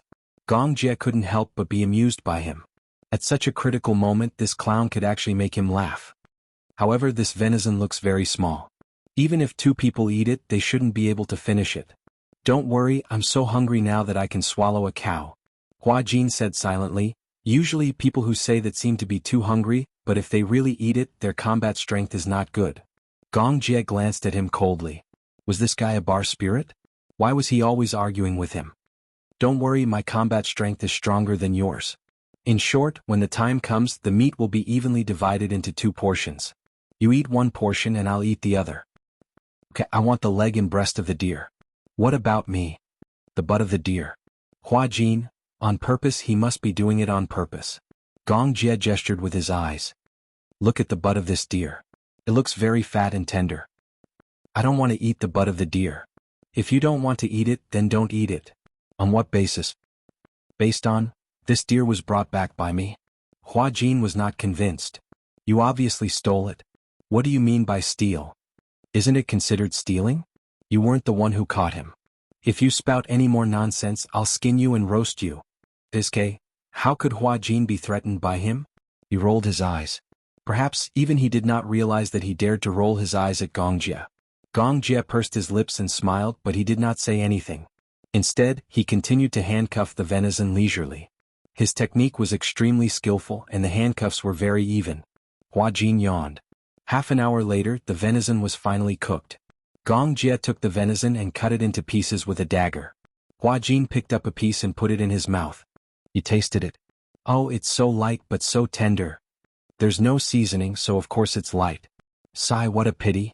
If I sprinkled some cumin, it would be a delicacy in the world. At this juncture he could not care so much. As long as he could fill his stomach, it was fine. Hua Jin ate with relish. Gong Jie did not really give him the butt of the deer. Instead, he shared the meat of the deer's leg and chest with him. Gong Jie was really hungry. When he ate, he was not as elegant as Hua Jin. He directly hugged a deer leg and gnawed on it. Hua Jin was really shocked by his table manners. He silently complained, "The way you eat really looks like the reincarnation of a hungry ghost." Chapter 44:51. After finishing off the remaining meat, Gong Jie and Hua Jin were both full. There were still some leftover meat dregs left.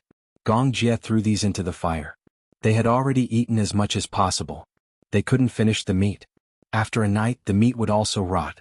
If they continued to leave it, the fragrance would attract some stragglers or other wild beasts. To be safe. When Hua Jin was about to fall asleep, he vaguely felt someone put a jacket on him. He opened his eyes in a daze and saw Gong Jie walking out. Where are you going?" Hua Jin asked in a daze. "I'm going to get some firewood. You sleep first." Gong Jie's calm tone made him feel inexplicably at ease. Hua Jin couldn't care less about sleepiness. He hadn't slept well for several days. Therefore, as soon as he closed his eyes, he fell asleep as if he had fainted. When Gong Jie came back with the firewood, Hua Jin was already sleeping soundly. He walked over and surrounded the fire with firewood. Then he lay down beside Hua Jin. With a thud, Hua Jin's body tilted and his head rested on Gong Jie's shoulder. Gong Jie turned to look at him. His face was right in front of her. Even when he was asleep, he was very quiet and could even be said to be well behaved. A peaceful sleeping face just like a little puppy. He actually described him as a little puppy. If Hua Jin was awake and could hear his inner thoughts, he would be so angry that he would bare his fangs and brandish his claws at him. It was unbelievable. Gong Jie breathed a sigh of relief. He never thought that he would risk his life for someone other than Yun Shirshir. When he found out that Hua Jin had been kidnapped, he was almost instinctively anxious. Even before this incident, Gong Jie didn't know that this guy had already occupied such a deep-rooted position in his heart. This was probably the most impulsive thing he had ever done in his entire life. He had staked everything on a single throw, putting himself in such a dangerous situation without considering the consequences. However, the moment he saw Hua Jin, all the anxious voices in his heart and mind calmed down. Gong Jie exhaled deeply and closed his eyes. The two of them snuggled up to each other and fell asleep. Outside the cave, the wind was biting cold. From time to time, wild wolves smelled the fragrance of the venison and came over. However, it was fearful of the blazing flames. It shrank back and let out an unwilling howl. Unknowingly, it was already dawn. In a daze, Hua Jin was awakened once by the wolf's howl at dawn. When he opened his eyes, he felt something heavy on his thigh. He lowered his head and saw that Gong Jie had fallen asleep on top of him. No wonder. In his dream, he dreamt that he was lifting weights and his thighs were extremely heavy. It turned out that this fellow was sleeping on his lap. Could be seen that he was really tired. Before seeing him on the ship, Gong Jie didn't really have a good rest. It was even difficult for him to close his eyes. He slept briefly once but was woken up by a nightmare. He dreamed that Hua Jin and Alice were also beheaded, and only Natalia was saved. After waking up from the dream, he felt uneasy and didn't dare to sleep anymore. He was afraid that if he slept, the nightmare would come true. At dawn, the wolves were howling but he didn't wake up. Chapter 44:52. He lowered his head to look at the man. Even though he was in such a sorry state, it couldn't hide his high spirits. He was a clean freak. Not showering for 2 days was probably his limit. What made it hard for him to calm down was, it seemed that no one had ever fought so hard for him before. He had thought that Gong Jie would definitely give up on him. After all, the fighting around them was escalating. East Africa was completely engulfed in the whirlpool of war. If Gong Jie had come alone to save him, he might have been buried with him. But he still came. It wasn't that she wasn't touched. Although the fuse of this incident was the dispute between the Hurricane Group and the Sacred Palace sect, he was also a victim, a fish in the moat that was implicated. But Gong Jie didn't have to save him. But he still came. This proud man had ended up in such a sorry state in order to save him. He was extremely shocked. Hua Jin carefully adjusted his position and protected Gong Jie's head. He closed his eyes and slept for a while. A vermilion bird brought Alice and Natalia to the port. The car exploded. Although they had jumped out of the car in time, Alice was slightly injured because she was protecting Natalia. And because of the explosion at close range, Vermilion Bird's eardrum was perforated and bleeding. Luckily, Alice checked and found that it wasn't a big deal. The perforated eardrum wasn't serious. With proper treatment, it wouldn't affect her hearing. Vermilion Bird was proud of her eagle-like eyesight and excellent hearing. If her hearing was damaged, she would definitely feel depressed. The car was destroyed and the supplies were gone. Luckily, Vermilion Bird still had some equipment on her. She hijacked a car halfway, passed through the rain of bullets, crossed the battlefield and finally reached the port. Vermilion Bird got out of the car and boarded the ship with Natalia and Alice. However, she didn't see Gong Jie and Hua Jin. Where's young Master Jie? He hasn't returned. He hasn't returned? Yeah, he went to save another hostage. There's still no news? No, he successfully rescued the hostages, but Renault and Ben were sacrificed. Renault, Vermilion Bird frowned when she heard this. Alice's heart sank when she heard this.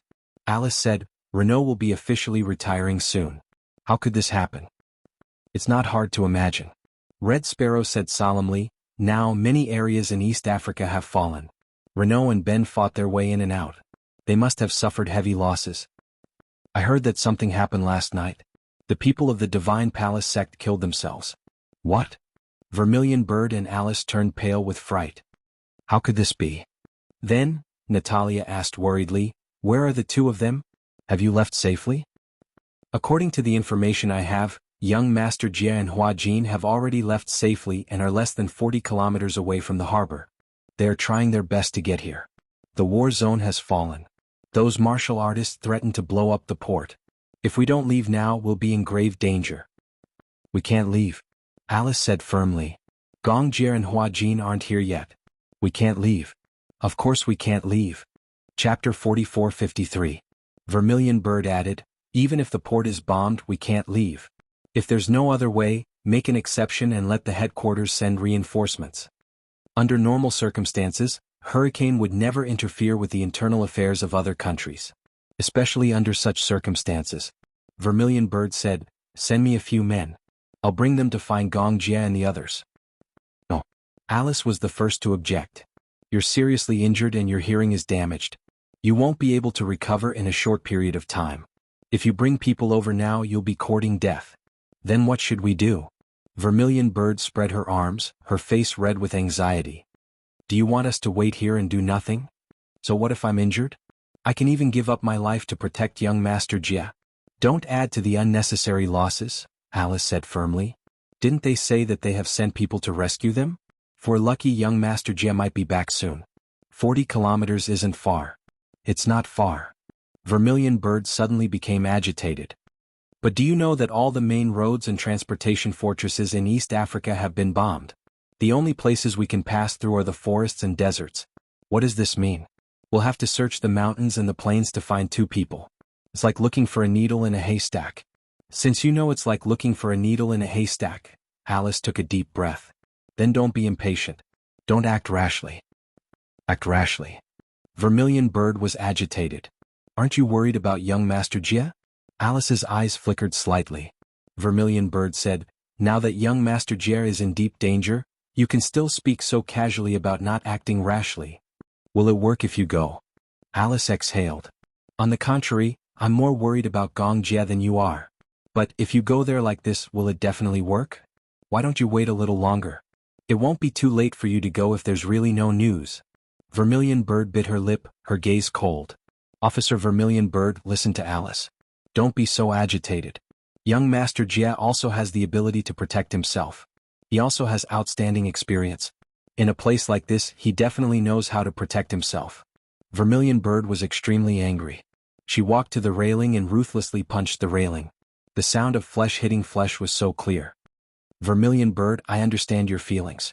Alice walked to her side with a complicated expression and gently patted her shoulder. I'm worried about Gongjia just like you. But look at how dangerous it was on our way here.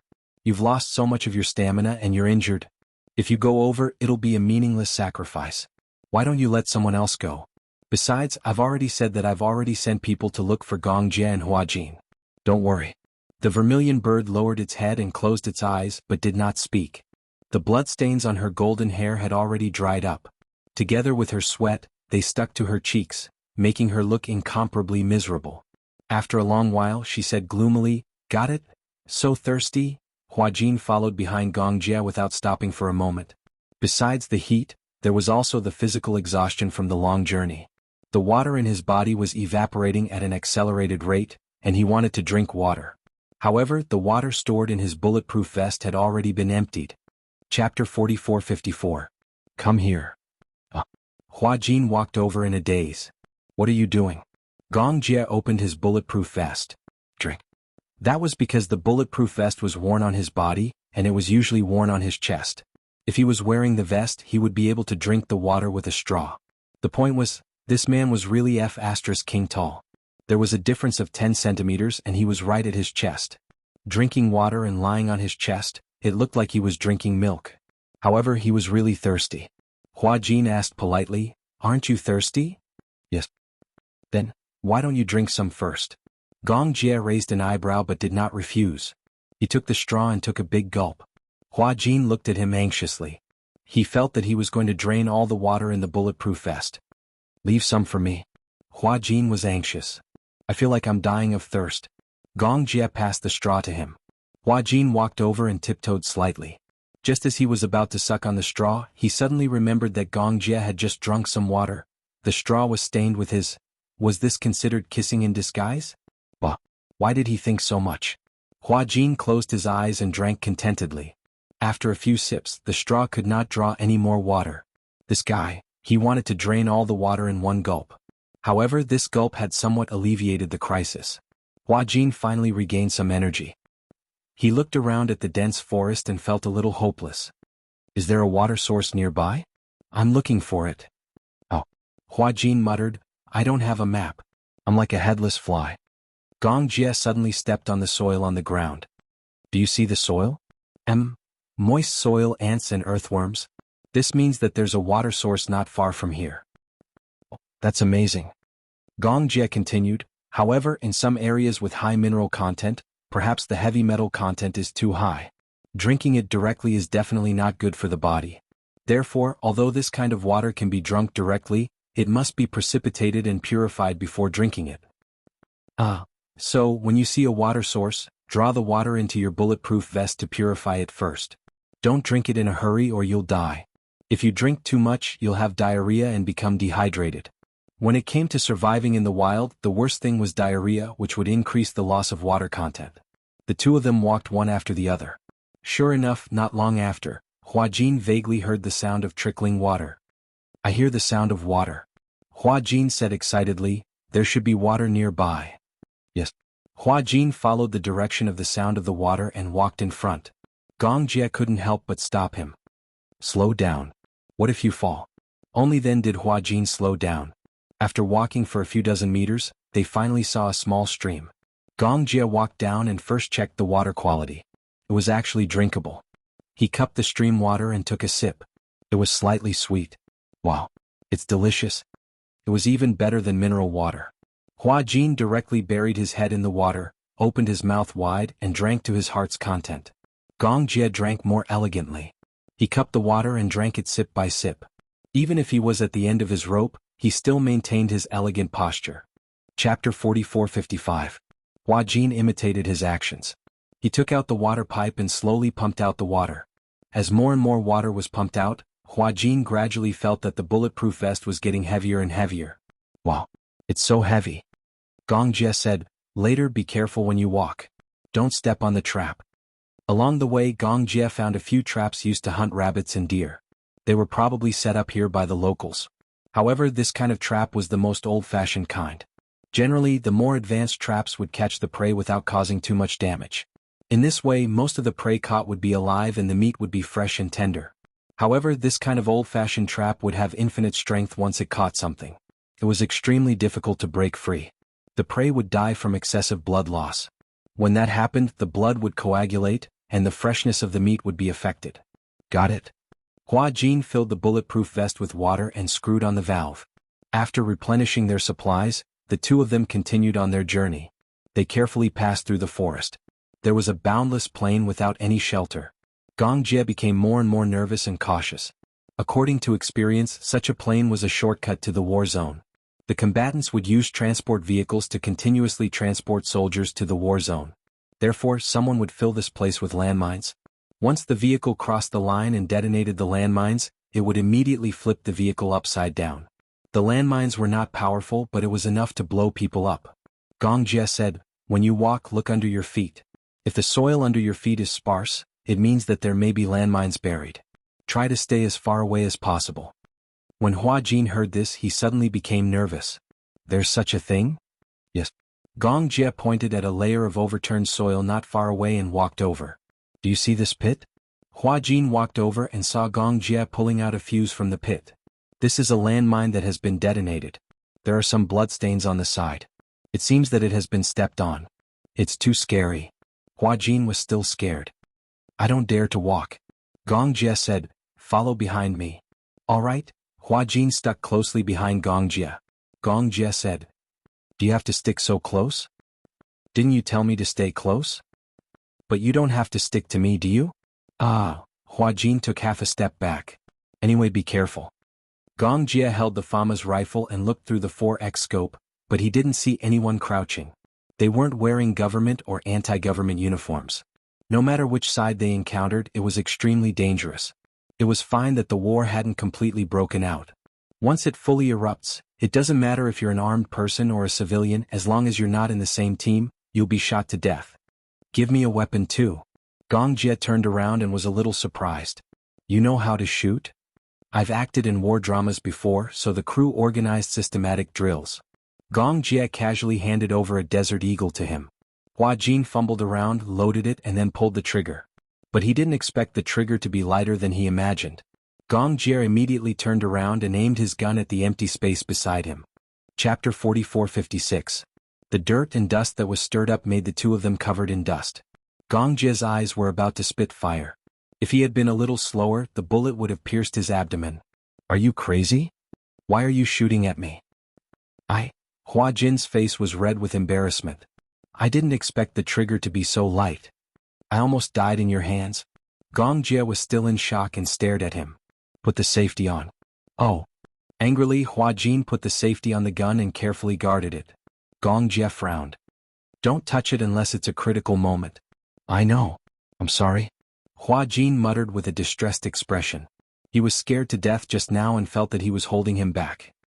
He thought that if he was not a burden, Gong Jie would not have such a hard time leaving. His stamina was really lagging behind. Even so, Hua Jin gritted his teeth and followed Gong Jie closely. After walking for some time, Gong Jie raised his hand and looked at his watch. The watch was equipped with a smart GPS system. They were about 30 kilometers away from the port. Bad luck. There were no cars on the road. If there was one with wheels, it would reduce the burden of the journey.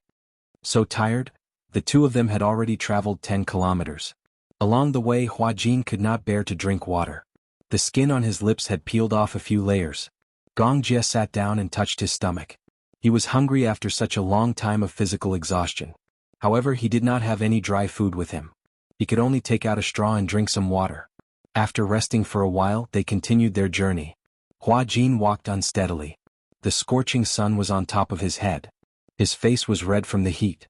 If it was in the past, he would have screamed and yelled. His skin was famous for being allergic. He would get sunburned easily after being exposed to the sun for a long time. But now, even dry food was a problem, let alone protection from the sun. He really wished that he was a solar engine that could convert the sun into his body's power. Hua Jin stumbled and suddenly stepped on a piece of soft soil. Beep! Gong Jie, who was walking in front, suddenly turned his head. Before his brain could issue an order, his body had already reacted under the condition of reflex and rushed towards Hua Jin. In an instant, the landmine buried under the soil exploded. Bong! The power of the landmine sent the two of them flying a few meters away. Gong Jie hugged Hua Jin tightly, and the two of them rolled far away. Until the two of them stopped. Gong Jie sat up and shook his head violently. He looked at Hua Jin, who was frowning in his arms, and gently patted his face, only to see that his ears were bleeding. His eardrums were slightly damaged because of the explosion. Gong Jie's ears were also slightly blind.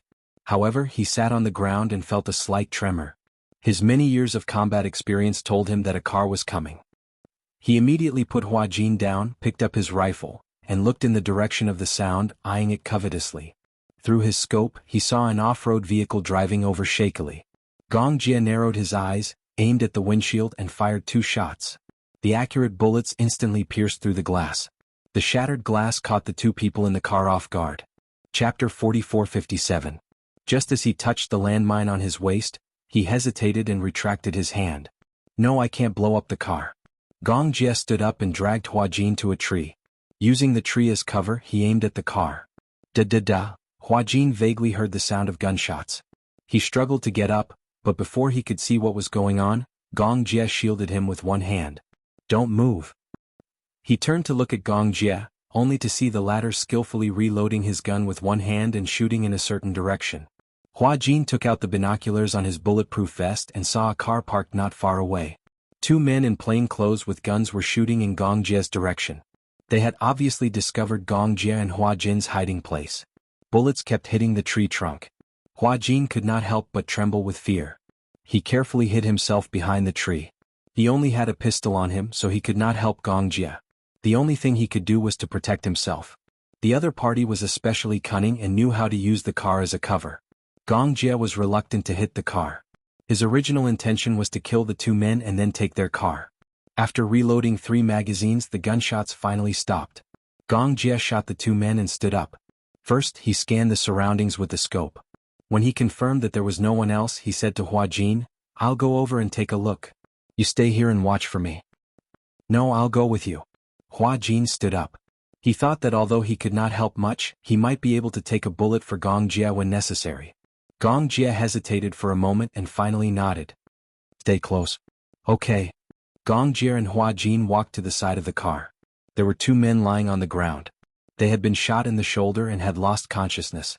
When the powerful bullet pierced their shoulders, it also caused a lot of damage to their brains. Or, at such a time, they could only pretend to be unconscious to escape death. However, Gong Jie would not give them such a chance. On the battlefield, there were too many people who pretended to be corpses and shot people in the back. He did not want to be ambushed for no reason. Gong Jie took out a Colt and fired 2 more shots at the 2 unconscious men on the ground. The 2 men's bodies twitched and their legs straightened. Get in the car. Okay. Hua Jin nimbly got into the car. Just as Gong Jie started the engine, he saw through the rearview mirror that someone had suddenly popped out from behind the car. It turned out that there was a person crawling under the car, using the car as cover. Hua Jin watched helplessly from the rearview mirror as the man whipped out a pistol. Be careful. Hua Jin immediately pressed Gong Jie's head and hid behind the seat. Da-da-da, the bullets hit the central control panel. Gong Jie immediately knew that there was someone behind the car. He lowered his head, started the car, put it in reverse, stepped on the accelerator and ran over the man. Ah! The man let out a scream and was knocked to the ground. Are you okay? Gong Jie controlled the steering wheel and put the car in gear again. I'm fine. Why are you bleeding? Hua Jin touched his neck. When the bullet grazed his neck, he did not feel any pain. It was only when he touched the wound that he felt a burning pain. When the bullet passed by, there was a burning pain. Chapter 44:58. At this time, you still care about whether it leaves a scar or not? Gong Jie's face was full of disappointment. He put the car in gear, stepped on the accelerator, and knocked the man who was struggling to get up to the ground again. The car sped away. Hua Jin looked at the 3 corpses behind him with lingering fear. He was still in shock. Is there enough gas in the car? Not much, but it should be enough to drive for 20 kilometers. Well, that's good. Hua Jin's heart finally calmed down a little. You said you can shoot, right? Gong Jie said and threw the rifle to him. When I ask you to shoot, aim at the ground and shoot a few bullets. If there were landmines, detonate them in advance. This was the most helpless way to eliminate explosives in an emergency situation. Hua Jin held the gun and was a little hesitant. Do you have enough bullets? Only 100 or 200 bullets. Then, do you want to save some? I don't know if we will encounter enemies in the future, but if we save these bullets the car will be blown up by the landmines. That's not worth it. I understand. Hua Jin followed Gong Jie's instructions and used bullets to eliminate the explosives. As Gong Jie expected, along the way Gong Jie could see if the soil was turned over. At his order, Hua Jin fired a few bullets at the area. It worked every time. They really eliminated a few areas with landmines. Leaving the plain area, they unknowingly reached the seaside. Following the seaside road, they could smoothly reach the port. However, the road by the sea was devastated by the explosion. The car struggled to move on the road and the speed had to be reduced to the slowest. Unknowingly, it was already evening. At dusk, the seaside and the horizon became a line. But at this moment, Hua Jin did not dare to let down his guard and enjoy such a beautiful scenery. He was getting closer and closer to the target, but it made him more and more nervous. The wound on his neck was not treated in time. Blood spread to half of his body and dyed his clothes red. Gong Jie looked at it earlier and did not hurt his aorta. This was a blessing in disguise. However, Hua Jin was already riddled with injuries. Previously he had been whipped and tied up, and there were deep marks on his wrists. In addition to the lack of sufficient supplies along the way, he was already on the verge of collapse and was only supported by his will to survive. Hua Jin hugged his gun, his face pale. Gong Jie said, "Soon. If there are no accidents, we'll be there soon." Hang in there, Hua Jin nodded his head, feeling a little dizzy. His eardrums were already damaged, and the wind was so loud that it almost covered up the sound of Gong Jie. But he knew what Gong Jie was talking about. He was telling him to persevere. At the same time, the people sent by Vermilion Bird were also rushing towards Gong Jie to provide support. The two sides finally managed to rendezvous 5 kilometers away from the port. Vermilion Bird was also in the car. When she saw Gong Jie's car, she got out of the car excitedly. "Great. Young Master Jie, are you all right?" "I'm fine." Gong Jie stopped the car. At this moment, Hua Jin was already slumped in his seat, delirious. He opened the car door and nimbly carried Hua Jin out of the car. At this moment, his body was unbelievably weak and he probably could not walk. Vermilion Bird walked over and said, "Let me do it. I'll carry him into the car." "Okay." Vermilion Bird walked over and was about to take Hua Jin from Gong Jie's arms when Hua Jin subconsciously clutched Gong Jie's bulletproof vest. Chapter 44:59. In a daze, he clutched his clothes tightly, unwilling to let go. Vermilion Bird's eyes flickered slightly. For some reason, she felt that Hua Jin's dependence on Gong Jie was unusual. Gong Jie smirked and shielded Hua Jin. He hugged him a little tighter and said to Vermilion Bird, "It's okay. I can carry him." Hua Jin wasn't heavy and to him he wasn't even worth mentioning. Now that he was so badly injured, he was worried that Vermilion Bird would be too rough and hurt him. Vermilion Bird nodded and didn't insist. "Are you okay?" "Yeah, I'm fine." Alice and Natalia have returned safely with some minor injuries. Natalia was obviously shocked. "I'm afraid that this incident has caused some psychological trauma." "Yeah, it's good that you're fine."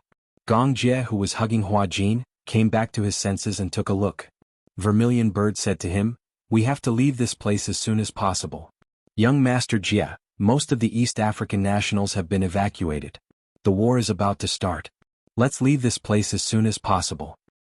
"Yeah." Gong Jie carried Hua Jin into the car. The car arrived at the port smoothly. After boarding the cargo ship, the medical staff swarmed over. On the ship, the medical staff couldn't perform any major surgery. However, after an examination, Hua Jin didn't suffer any serious injuries. Some of the serious whip wounds had been carefully stitched up.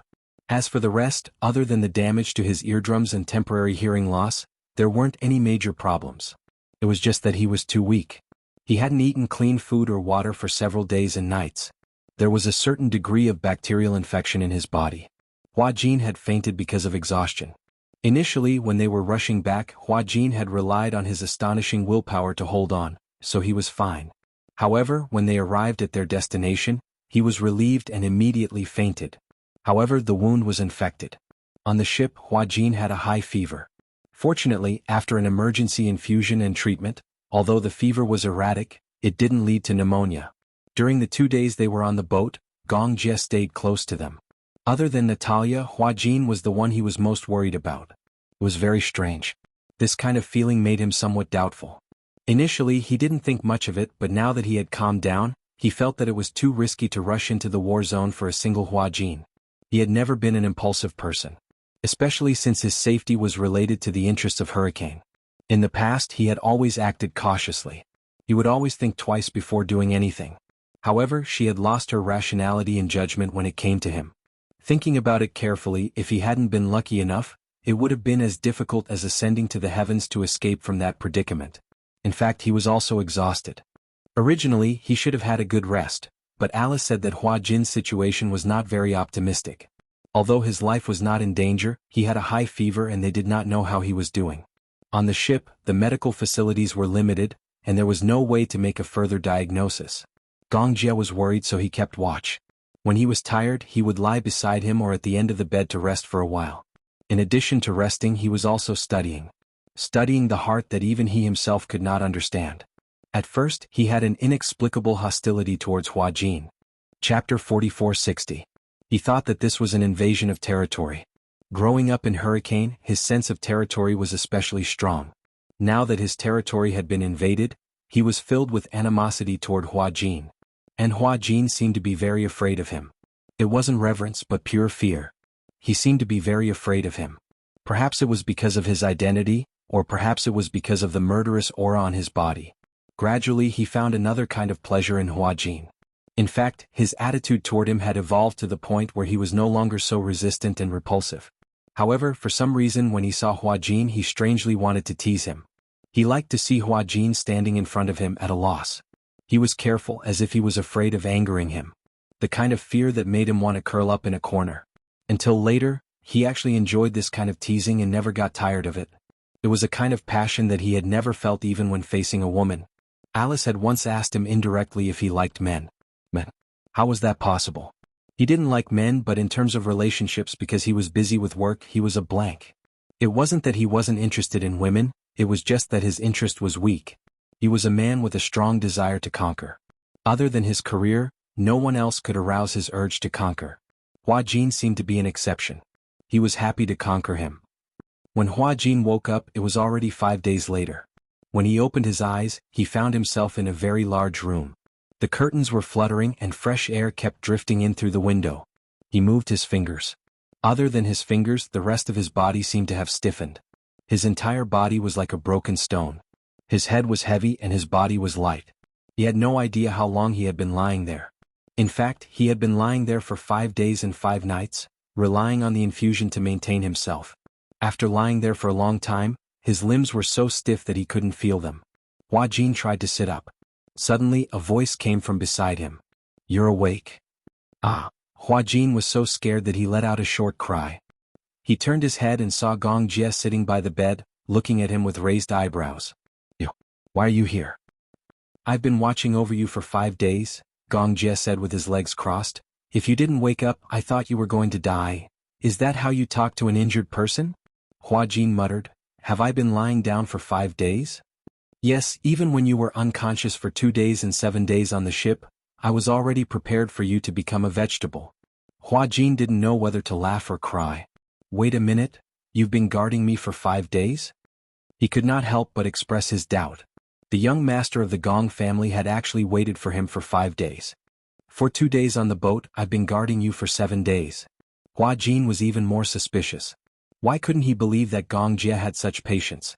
Gong Jie gave him a sidelong glance. "What's wrong?" "Nothing. I'm just hungry. I'll ask someone to prepare the meal." The Gong Jie rang a bell. Not long after, a servant came up with a nutritious meal. There was nutritious porridge, oatmeal, and some steamed vegetables. Most of them were still liquid food. "This is so plain. If you eat something too stimulating, your stomach will collapse." "In that case, all right." Hua Jin raised his trembling hand but realized that he couldn't even hold the spoon. He was exhausted. He looked at Gong Jie anxiously. Chapter 4461. Oh. Gong Jie took the spoon away and pushed the bowl of porridge in front of him. "Ah. Lick it. Lick. Have you ever seen a puppy lick water?" Gong Jie held his chin elegantly. "The porridge is not hot. It's okay to lick it." Hua Jin snorted and lowered his head, intending to lick and drink it. He was really hungry. When Gong Jie saw this, he immediately took the bowl away. Hua Jin was unhappy. "What? Stop fooling around. I'm really hungry." Gong Jie held the bowl of porridge and stirred it with the spoon. "Beg me, I'll feed you." "Pervert. Hua Jin took a deep breath and smiled hypocritically. I beg you. I can't feel your sincerity. Boss. Hua Jin continued to show a charming smile. I beg you feed me. Because of his charming smile, even Gong Jie couldn't help but fall into a trance. After being stunned for half a second, he pursed his thin lips and scooped a spoonful of porridge to his mouth. Hua Jin took a bite and let out an ah. So sweet. The porridge was actually sweet. In the past he was famous for being a salty person. He always thought that porridge was either tasteless or salty. This was the first time he tasted sweet porridge. It was as if coconut milk was mixed in. It was very delicious. It's delicious. Eat more if it's delicious. Hua Jin was touched. Since he was young, it seemed that there were very few people who served him porridge, especially a young master like Gong Jie. It was a rare opportunity to be served by him. It was an honor. I didn't expect sweet porridge to be so delicious. Do you want to try it too? Under his encouragement, Gong Jie also took a sip. He raised his eyebrows but didn't say anything. However, it was delicious. Isn't it sweet? After drinking a few mouthfuls of porridge, his empty stomach finally eased a little. Gong Jie fed him very slowly. After all, for someone like him who had not eaten for a long time, his stomach was already very sensitive and weak, so he had to drink more slowly. Hua Jin looked at the way Gong Jie fed him seriously, and his heart was indescribably moved. Hua Jin lowered his head. Thank you. Thank you? Gong Jie looked at him. What are you thanking me for? Thank you for taking care of me these past few days, and you risked your life to save me. If not for him, he would have been burned alive by those bastards. Thank you? Gong Jie's lips curled into a smile with a hint of displeasure. How are you going to thank me? He had intended to thank him, but he did not expect Gong Jie to ask such a question. How should I thank him? Just these 2 words? Gong Jie was obviously skeptical about his so-called gratitude. Hua Jin also felt that he approved of it. Gong Jie seemed to be unable to express his sincerity with just the 2 words, thank you for taking care of him. However, how should he thank him? Gong Jie came from a privileged background. As the chief commander of the Hurricane Group, he seemed to have nothing to worry about. Perhaps in his eyes, the gratitude that he could give him was not even worth mentioning. How do you want me to thank you? He might as well let him make a request. Gong Jie dismissed it with a smile. That depends on how sincere you are. Otherwise, Hua Jin made a decision that he regretted very much. How about I give myself to you? After he said that, he was amused by his own joke. Gong Jie did not laugh, but his gaze deepened. The porridge bowl was suddenly put down. Chapter 4462. Hua Jin was shocked by his serious expression. He retreated and retreated until his back touched the bed. There was nowhere to hide. He swallowed nervously. This man couldn't have taken it seriously, right? Or was he just trying to scare him? This man seemed to really like to scare him and tease him. While his mind was in a mess, Gong Jie got closer and closer. In the blink of an eye, his handsome face was so close that he could not escape. Devote yourself to me? Gong Jie suddenly snorted. His breath, which was like orchids, attacked his face and lips unscrupulously, making his heart beat faster. Hua Jin's breathing was about to stop. Gong Jie, that's what you said. Gong Jie's voice became hoarse and deep, but it was extremely sexy. When he said this, his Adam's apple moved clearly as if he was prepared for something. Hua Jin did not know why, but his whole brain was pulled into a mess. In the next second, Gong Jie lowered his head. His thin lips were slightly opened and gently but tremblingly covered his lips. His lips were inexplicably cold. However, when his thin lips were slightly opened, the temperature between his lips and teeth was like magma, almost melting his lips. He kissed him. Such a realization subverted all of Hua Jin's willpower. He wanted to struggle, but his hand, which had been in a coma for 7 days, did not have the strength to lift it, let alone resist his invasion. This way Gong Jie could casually taste him. There was still a little sweet porridge left on his lips. He kissed the small and cute rice together. The sweetness in his mouth, he did not know if it came from the remnants of the sweet porridge or from the taste between his lips and teeth. Gong Jie, Hua Jin called out his name in a daze. Gong Jie, however, turned a deaf ear. When he kissed him, perhaps only then did he realize that he had been planning this for a long time. Hua Jin could not tell if the man was being serious or just teasing him with the kiss that he had been planning for a long time. Hua Jin couldn't hold on any longer and slipped onto the bed. Gong Jie bent down and took advantage of the favorable position to go deeper and deeper. Kissing him felt so sweet. At first he was only testing the waters by lingering on his lips. Slowly, he became dissatisfied and gently pried open his teeth. Ugh! A sweet and fragrant breath overflowed from between her lips and teeth. He tasted it to his heart's content, as if he was tasting a cup of thick tea or a fragrant dessert. Gong Jie pinched his face, but he didn't want to hurt him, so he loosened his grip. Just as Hua Jin was out of breath, he finally let go of him. At this time, Hua Jin was already fiercely stunned, and his entire body was stiff to the point he was unable to move. Yes, it's very sweet. Gong Jie looked into his eyes and smiled. It's sweeter than porridge. Hua Jin's face lit up at the mention of these words. He blushed and his face looked like it was on fire. He had too many questions to ask, but there were too many uneasiness that he had nowhere to ask. Gong Jie straightened up and saw that Hua Jin was motionless. He knew that his sudden kiss seemed to have frightened him quite a bit. A joke as if it was too big. Hua Jin's mind was in a mess. The most chaotic thing was that his body and his instincts didn't seem to have much resistance to Gong Jie. What was wrong with him? What was going on? Chapter 4463. Hua Jin asked in a daze, why? At this moment, only these 3 words could show his chaotic state of mind. What was this Gong Jie doing? Was he teasing him? Otherwise, why did he kiss him? However, if he was teasing her, why did she sense the complicated feelings in his kiss? After acting for so many years, he could feel whether there was any emotion in a kiss or a look. Gong Jie's kiss made his heart, which was already in a mess, even more chaotic. Gong Jie suddenly smiled. Why? What do you mean why? Why did you kiss me? Let's be together. Gong Jie also said something that undoubtedly messed up Hua Jin's state of mind even more. Perhaps, if it were not for this accident and the fact that they had not survived a disaster together, Gong Jie would not have been able to understand his state of mind. But since he had kissed him, it meant that he had already seen through his own heart. Since he had seen through it, given Gong Jie's straightforward and domineering character, he would openly express his feelings. He hated it the most when he obviously liked someone and had feelings for him, but was still hesitant. This wasn't his style of doing things. Hua Jin choked. He didn't expect Gong Jie to make such a request. Be together? Hua Jin deliberately changed the topic. Aren't we together now? Gong Jie said, don't play dumb. Hua Jin was speechless. Hua Jin's skills were nothing in Gong Jie's eyes. Changing the topic? Gong Jie naturally wouldn't give him such a chance. I'll give you time to think about it. Gong Jie sat on the side of the bed with his arms crossed. Rather than saying that he was giving him time to think about it, it was better to say that he was forcing him to give in. It was domineering and domineering. This was Gong Jie. Hua Jin lowered his head. His thoughts were still in a mess. In less than 5 seconds, Gong Jie turned his head and asked, have you made up your mind? It hadn't even been 5 seconds. He only asked if she had made up her mind. Didn't you say you would give me time to think about it? Gong Jie raised his wrist and looked at his watch. It's been half a minute. You call this giving me time to consider? What else? How long do you want? Gong Jie raised his eyebrows. It's just a few words. How long do you need to think about it? 1 day. 1 month. A year? If you agree, it's good. If you don't, it's bad. Hua Jin asked curiously, what if I agree? Then let's be together. What if I don't agree? You can't escape. Can't escape? Hua Jin complained, am I prey? We'll be together sooner or later.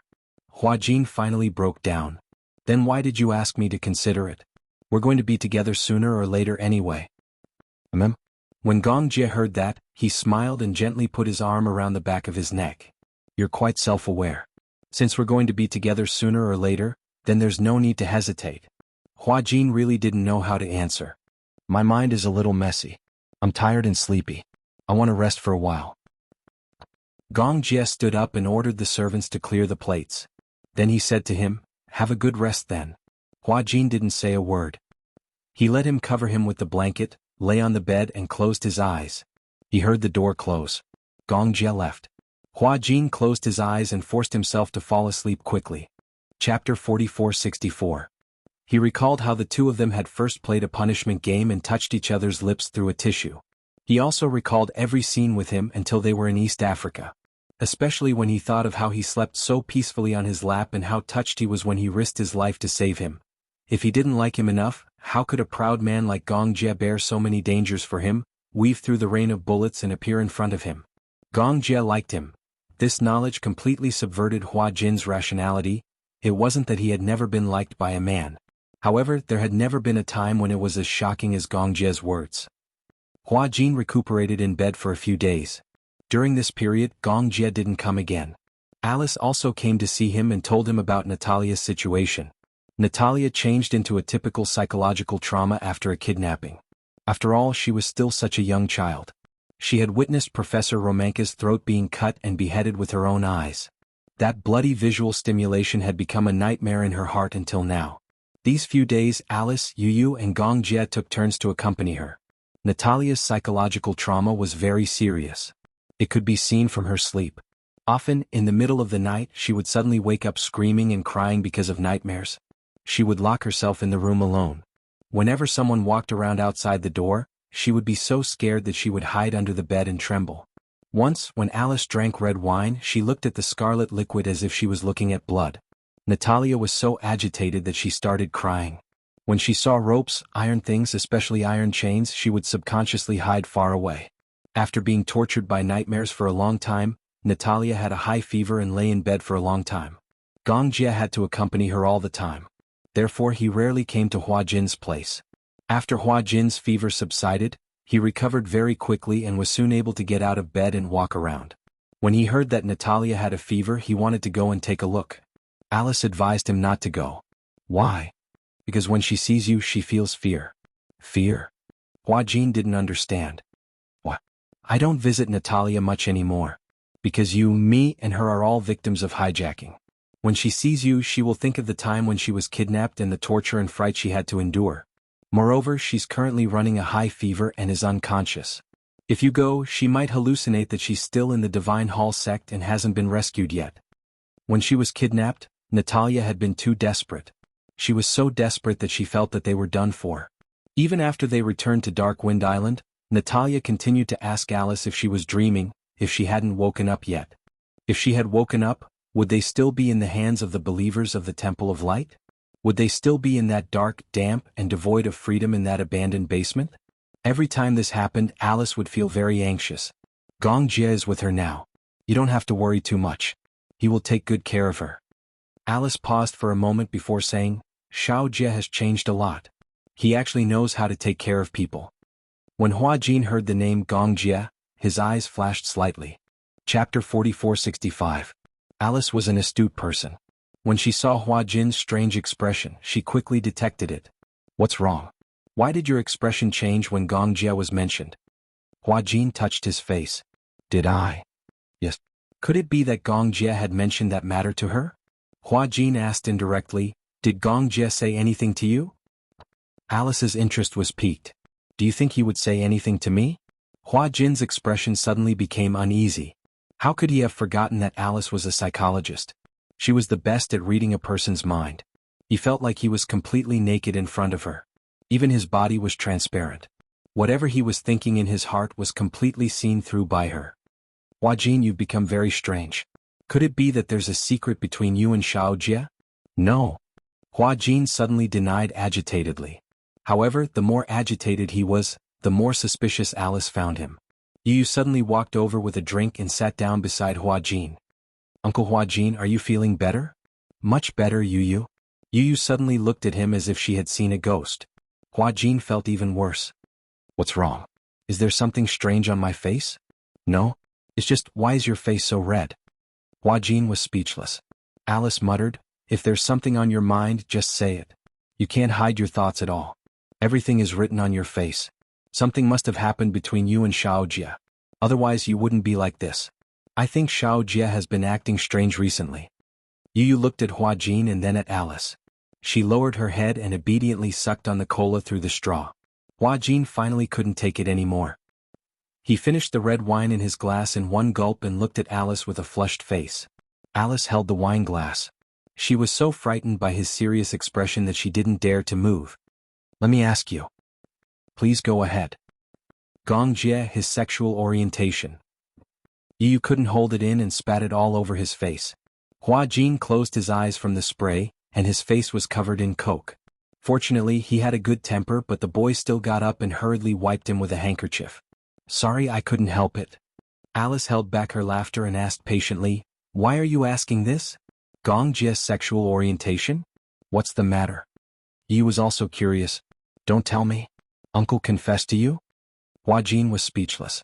Seeing Hua Jin's face getting redder and redder, Yi was glad that she didn't have cola in her mouth. Otherwise she would have spat it all over Hua Jin's face. Ha ha ha ha. Alice couldn't hold it in anymore. She slapped the table and laughed. So that's the problem. Hua Jin, tell me, did Gong Jie confess to you? Facing Alice and Yu Yu's big curious eyes, Hua Jin wanted to vomit blood. What kind of exciting thing is this? He really confessed. Alice and Yu Yu clapped excitedly, ignoring Hua Jin's darkened face. Hua Jin almost roared out loud. What was this worth clapping about? You don't understand. Alice smiled in relief. There was another reason why she and Yu Yu were so excited. Alice, on the other hand, liked Gong Jie. This was something that everyone in Hurricane City had a tacit understanding about. Chapter 4466. However, if the person Gong Jie liked was a man, she would feel much better. So, Gong Jie liked Hua Jin. Why did she feel so happy? On the other hand, Yu Yu was happy that her uncle's marriage was finally settled. Plus, everyone could see Gong Jie's feelings for Hua Jin. Although it was hazy, it was still a psychological foundation. Xiao Jie is really special to you. Alice said, no matter who it is other than Yun Shirshir, Yu Yu and Xiao Yichen, Natalia, I really can't think of anyone he would work so hard for. Hua Jin blushed even more. Is that so? Wow, your face is even redder, Yu Yu teased. If I didn't know better, I would have thought that you had blusher on. Hua Jin couldn't help but want to punch him. Alice said to Hua Jin, what about you? What do you think of Gong Jie? Thought. What thought? Nothing much, I.O. Yu Yu nudged Hua Jin's arm and started to praise her uncle. What's wrong with my uncle? He's rich, powerful and handsome. The girls who are chasing after him would line up from here to Siberia.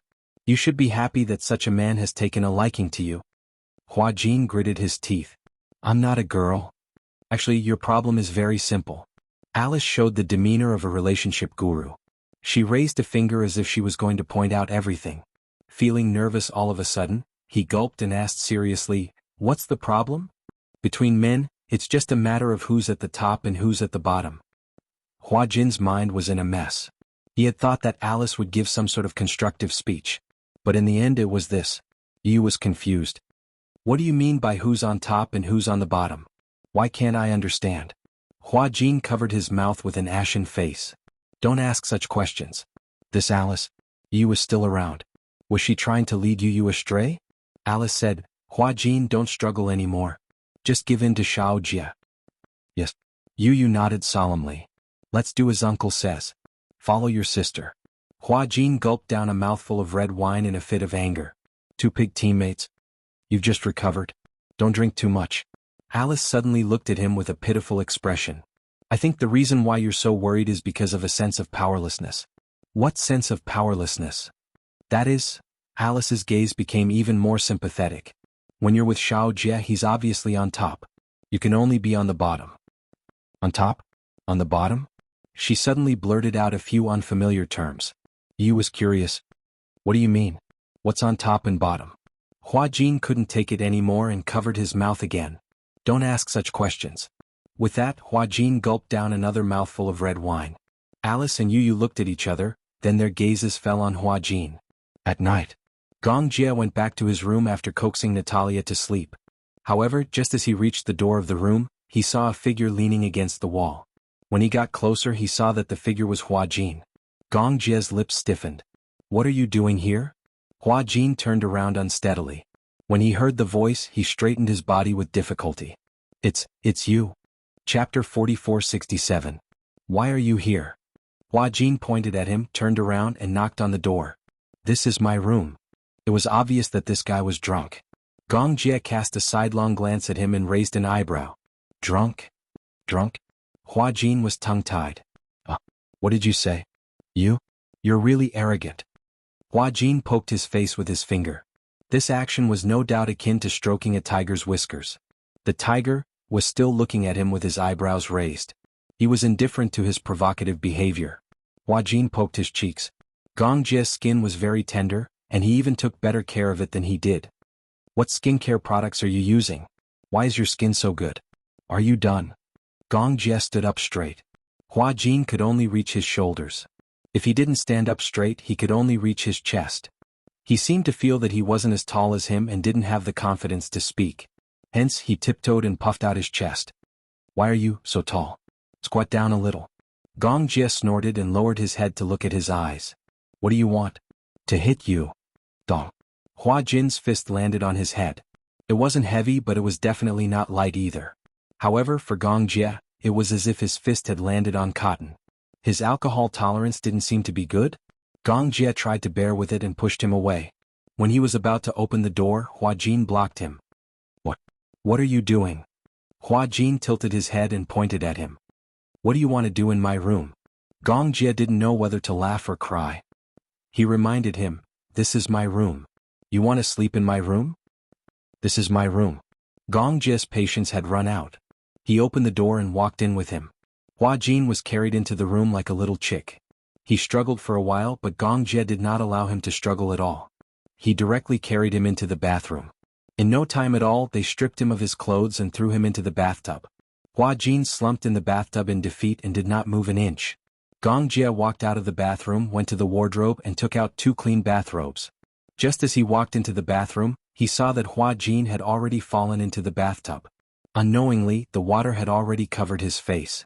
The water entered his nose and throat, causing him to cough a few times. Gong Jia's gaze turned cold. He rushed over and hugged his body a little. You're so drunk. He was dead drunk. How much did he drink? He didn't even know that he choked on the bathwater. Hua Jin's head was very dizzy. After saying I, for a long time, his head leaned on Gong Jia's shoulder with a thud, and he stopped moving. He was like a salted fish that had struggled for a long time and finally had a power outage. Gong Jia tried to bear with it. He had not fully recovered yet, but he had drunk so much. Gong Jia had no choice but to fish him out. He covered him with a large bath towel and hugged him. Dawn. Hua Jin woke up because of a hangover. As he had been fasting for so long, his stomach was already weak. Coupled with the fact that he had drunk so much, his stomach hurt badly. It was fine if he did not wake up, but when he woke up, he saw Gong Jia's sleeping face right in front of him. Chapter 4468. The two of them were so close that he could even smell the fragrance of the body lotion on his body. Hua Jin cautiously lifted the blanket and saw that he was also wrapped in a towel. His head was hurting even more. He seemed to have gotten drunk last night? He was so drunk that he could only remember walking along the corridor unsteadily. He couldn't recognize where his room was. The castle was too big. He was like a lonely soul wandering around. However, he couldn't remember what happened after that. Why was he in Gong Jia's room and on his bed? The scariest thing was that both of them were only wrapped in a towel. What happened after that? Could it be? Hua Jin was so scared that he burped. The smell of alcohol from his breath hit Gong Jia's face. Gong Jia was awakened by the smell of alcohol. When he opened his eyes, the two of them looked at each other. Hua Jin was even more embarrassed. Was it too late for him to close his eyes and pretend to be asleep? You're awake. Gong Jia sat up and held his forehead. Are you sober? I should be awake. Was I very drunk last night? Before Hua Jin could finish his sentence, Gong Jia looked at him coldly. What do you think? Hua Jin suddenly felt guilty. Your body hasn't recovered and you drank so much? Were these words considered as showing concern for him? Hua Jin sat up and patted his face. However, he deliberately kept a distance from him. Gong Jia looked at him and couldn't help but mock him. Now you know to keep a distance from me? You weren't so reserved when you threw yourself at me yesterday. Throw myself at me? Hua Jin resisted the urge to scream and covered his face. What happened between us yesterday? Gong Jia heard and asked, what do you want to happen? I don't want anything to happen at all. What shouldn't have happened has happened. Tisk. Hua Jin sucked in a breath of cold air with lingering fear. Did it really happen? Could it be that he was beastly and ate him up yesterday? Wait, that's impossible, right? Since everything that shouldn't have happened had already happened, then why didn't he feel anything at all? Could it be that he was an acupuncture mushroom? That was impossible. Hua Jin couldn't help but glance at a certain part of his body. Gong Jia's gaze turned even colder. What are you thinking about? And nothing? Hua Jin retracted his gaze in embarrassment and didn't say another word. The atmosphere was very awkward. Gong Jia lay down. He hadn't slept well the whole night, so he planned to make up for it later. This time Hua Jin was even more embarrassed. I didn't do anything.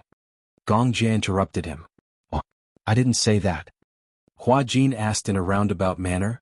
Did I say anything nonsense yesterday? Yes, but I don't understand. For example? You said that you want to be on top. Hua Jin almost vomited blood on the blanket. He wanted to scream. It was indeed true that drinking would spoil things. Did he really say that? What do you mean by on top and on top? It was fine if Hua Jin didn't mention it. Now that he did, Gong Jie was very curious about the meaning of on top and on top. Hua Jin was trembling. He wished that he had a tool that could turn back time. He only hoped that none of this had happened. However, didn't he know the meaning of on top and on top? Chapter 4469. Didn't he like men? In that case he should know the meaning of these two words. Seeing that Hua Jin was silent, Gong Jie asked again, You said that you want to be on top. What do you mean by that? Hua Jin's face turned red. It was better not to explain this question. I'm talking nonsense. Just forget about it. Hua Jin deliberately changed the topic. Gong Jie, what? Do you have some hidden illness that you can't talk about? The two of them were lying on the same bed but nothing happened? Moreover, from what you and Alice had said, Gong Jie didn't have any women or men around him for so many years. Could it be that there was some problem in that area? Hua Jin's back was facing Gong Jie, so he didn't realize that Gong Jie had suddenly stretched out an arm and grabbed his waist. The next second Hua Jin felt his body bouncing on the bed. Then, Gong Jie pressed him under his body and looked at him meaningfully. Are you doubting my ability? Gong Jie sneered and said, It seems that you were hoping for something to happen last night? No, were you hoping that I would do something to you? Hua Jin was so angry that his face turned red. No, I was just concerned. Concerned? Alice said that you didn't have any women or men around you for so many years. Therefore, any normal person would be concerned about whether you have some problem in that area. Concerned? In what capacity are you concerned about me? Gong Jie was interested. Hua Jin was even more embarrassed. Gong Jie's smile was devilishly charming. Whether I have any problem, do you want to verify it yourself? As he said that, his handsome face got closer and closer. That deep gaze seemed to suck his soul into the abyss. Verify it himself? There's no need for that, right? Before he could finish his sentence, Hua Jin could clearly feel a change in Gong Jie's body. He was obviously scared to death. You feel it? Gong Jie smirked. So you like the strong one? Don't like abstinence? Do you have a masochistic physique? I like to be abused. You're the masochist. Sorry, I'm a recognized S-type. Gong Jie leaned close to his ear and whispered, I'm the only one who bullies others. No one has ever dared to bully me. Get up. I'm going back to my room. If I let you go like this, wouldn't it be even more obvious that there's something wrong with me? Men hated it the most when others questioned this aspect of the issue. Gong Jie felt that it was time to let Hua Jin personally test what kind of problem he had in bed. Gong Jie. Hua Jin suddenly called his name. Gong Jie was stunned. What is it? I want to ask you. Hua Jin mustered up his courage. What you said to me last time, were you serious or just teasing me? What did I say? You said that when we're together? Hua Jin clenched his fists. Are you serious? Gong Jie smiled. It seems that my attitude wasn't clear enough? What? Before Hua Jin could question him, Gong Jie suddenly lowered his head and kissed him gently on the lips. Hua Jin's body stiffened and he didn't dare to move. Chapter 4470. What surprised Hua Jin was not his kiss. It was Gong Jie's kiss that his body instinctively welcomed. Why did it turn out this way? Why did he indulge himself so much and fall into his precious tenderness? Hua Jin closed his eyes helplessly. For a moment he could not figure out his wavering heart. Gong Jie was a man. He was also a man. In this world, it was not unusual for men and women to fall in love with each other. Now that society was more open, some people were born to like the same sex. This was innate. However, it was obvious that he and Gong Jie were not born to like men. If they really liked men, they would not have feelings for women. Could it be that they were bisexual? Hua Jin's mind was blank, so much so that he did not notice when Gong Jie left his lips. When he finally regained his senses from the kiss, Gong Jie could not help bursting into laughter when he saw the confused look on his nephew's face. Why do you have such an expression? What expression? Facing death with equanimity, a heroic sacrifice. Hua Jin rubbed his face with his hands and simply covered his face. How embarrassing. When Gong Jie saw this, he laughed and reached out to push his hands away, forcing him to look at him. Hua Jin, listen to me, I'll tell you. Gong Jie exhaled softly and said to him, "It's not because you're a man that I like you. It's because you're Hua Jin that I want you." Like men? Like women? Why should I suppress my feelings because of my gender? So what if the person I like is a man? Some people think that this is a very disgusting thing. Gong Jie sneered. Why should I care about other people's opinions? What does other people think of me have to do with me? His arrogant tone was simply insufferably arrogant. Such boldness was worthy of the name Gong Jie. Hua Jin stared at him, unable to regain his senses for a long time. It's not because you're a man that I like you. It's because you're Hua Jin that I want you. For the whole day, Hua Jin sat on the edge of the beach and stared blankly at the waves washing the beach. Yu walked over to him with 2 iced coconuts and handed one to him. "Here, iced coconut." "Thank you." Hua Jin took the coconut and bit it. However, his eyes were still lifeless as he looked in a certain direction. Yu waved her hand in front of his eyes, but there was no reaction. Gong Jie's words kept replaying in his mind and his heart was greatly shaken. Arrogant, domineering, insufferably arrogant. He was both envious and yearning for Gong Jie. Such a proud man. He was as free as the wind. No one could restrain him.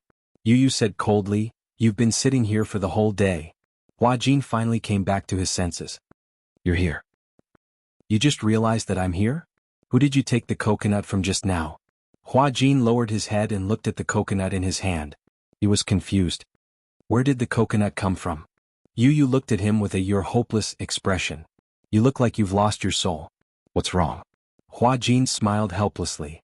"I was distracted just now." Chapter 4471.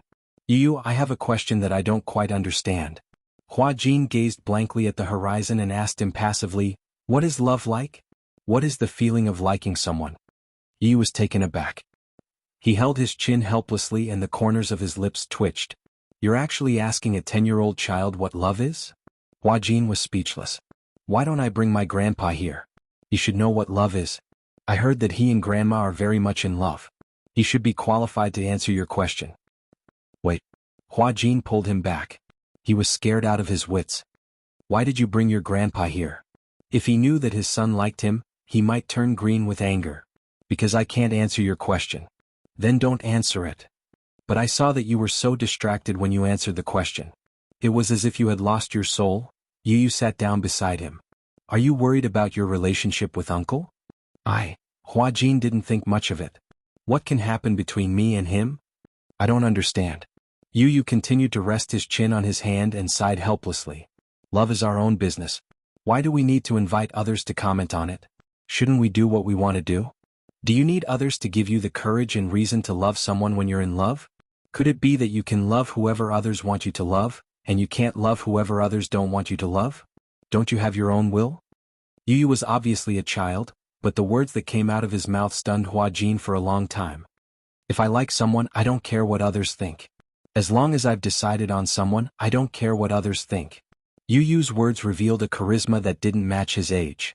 Hua Jin said in a daze, "You're indeed Gong Jie's nephew. Your styles are exactly the same." It was simply tyrannical.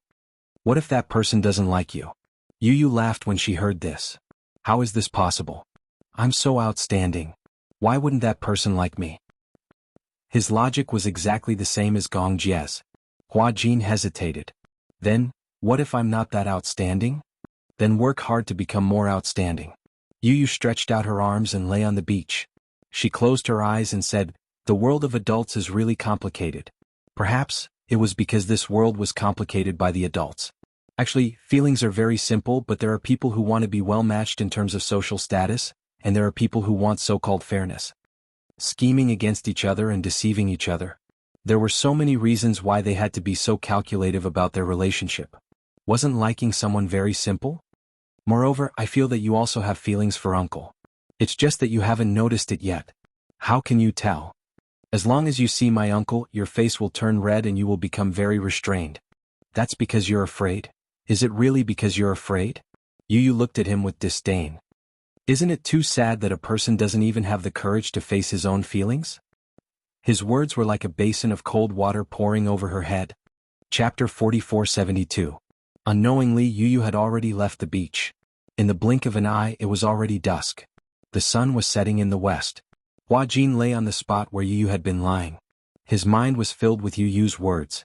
Isn't it too sad that a person doesn't even have the courage to face his own feelings?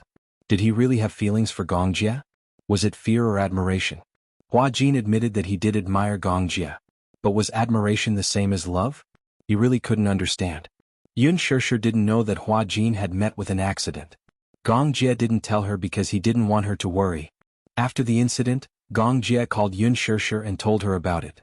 Yun Shishir was scared out of her wits when she found out. Is Hua Jin all right? Gongjie was a little speechless when he heard this. Sis, why are you worried about him first?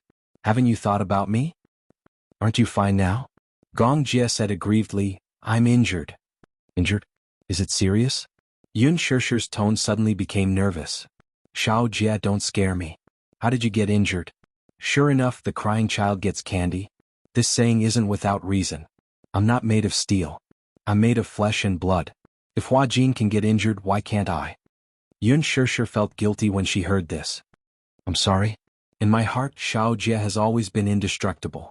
I didn't expect you to get injured. Is it serious? It's fine. It's just a small injury. I was just joking. I just felt uneasy. Yun Shishir heaved a sigh of relief when she heard this. You're scaring me again. I was wrong, sis. Actually, it's my fault too. I can't neglect my concern for you just because you're Gongjie. Yun Shishir smiled. Xiao Jie, I miss you. The words, I miss you, made Gongjie's heart burst with joy. However, Gongjie had always been introverted. Even if he was happy, he did not show it on his face. I miss you too, sister. If I have time, I'll fly to Haifeng Island. No need. When the time comes, I will visit you with my father. All right. Ever since she got over Gong Xiaoying, Yun Shishir would often talk to him on the phone. Yun Shishir had no resentment towards her father. It was just that he had hurt her mother and Yu. However, Gong Xiaoying was very sincere about it, so Yun Shishir was relieved. The reunion between father and daughter could be considered as fulfilling one of her wishes. Sometimes Yun Shishir felt that she was too blessed. She had a husband who doted on her like a daughter, 2 sons who protected her like a princess, a younger brother who doted on her, and now, a father who loved her dearly. She was really more doted on than Yueyao. Sis, I have something to announce to you. Gong Jie suddenly said over the phone. Yun Shishir came back to her senses. Okay, go ahead. I like Hua Jin. Gong Jie raised his eyebrows and smiled. I want to be with him. Yun Shishir was slightly stunned, but she did not show too much shock. Instead, she asked tentatively, You're not joking again, are you? I'm serious. Yun Shishir pondered for a moment. This matter was too sudden, but before this, it was not untraceable. She could tell that Gong Jie's attitude towards Hua Jin was very special. Chapter 4473. However, since Gong Jie was serious about this matter, Yun Shishir naturally expressed her support. If you really like him, then as your sister, of course, I wish you happiness. In her opinion, no matter who Gong Jie liked, whether it was a man or a woman, as long as he liked her, she would support him. Just like back then when he found out that Yun Shishir was going to marry the Mu family, which opposed the Gong family, Gong Jie still supported her unconditionally. Although Gong Jie did not like Mu Yaja very much from the beginning. But for her sake, Gong Jie tried his best to build a relationship with this brother-in-law of his. Then, what about Hua Jin? How does he feel about you? He doesn't like him. Yun Shishir said. Then you said you want to be with him. It's only a matter of time. Xiao Jie, you can't be so overbearing. You can't force yourself on him. He obviously doesn't like you, so you can't force him. He dares. Could she say that from a certain point of view, her brother's personality was very similar to someone else's? Are you that overbearing? It's so. Mu Yaja is also very overbearing. Otherwise, how did he manage to get you? Yun Shishir's face instantly turned as red as a persimmon. At the side, Mu Yaja was originally reading the newspaper when he was inexplicably implicated. When he heard Gong Jie's words, he snorted unhappily. Don't compare me to you. Brother-in-law is also here. Yes. Yun Shishir thought that Gong Jie had said something bad about Mu Yaja. Feeling guilty, she immediately said, Your brother-in-law won't stoop to your level. If you didn't like him so much, I might not have approved of him as my brother-in-law. Yun Shishir was speechless. The smell of gunpowder was very strong. Mu Yaja put down the newspaper. The old cadre reached out his hand and took the phone. You have something against brother-in-law? Of course. How are you worthy of my sister? How am I not worthy? I won't lower myself to your level. Gong Jie glanced at him haughtily before asking nonchalantly, "Speaking of which, what tricks did you use to trick my sister into joining you?" Mu Yaja raised his eyebrows. "What? Do you want to learn from me?" His goal had been seen through. Gong Jie cleared his throat awkwardly, but he still showed a look of disapproval. "It's definitely not some honorable method. It doesn't matter whether it's open or not. What's important is that your sister is now my wife." Gong Jie was speechless again. Yun Shishir watched coldly from the side. Although he knew that Gong Jie and Mu Yaja seemed to be getting along well on the surface, but in fact they were secretly opposing each other.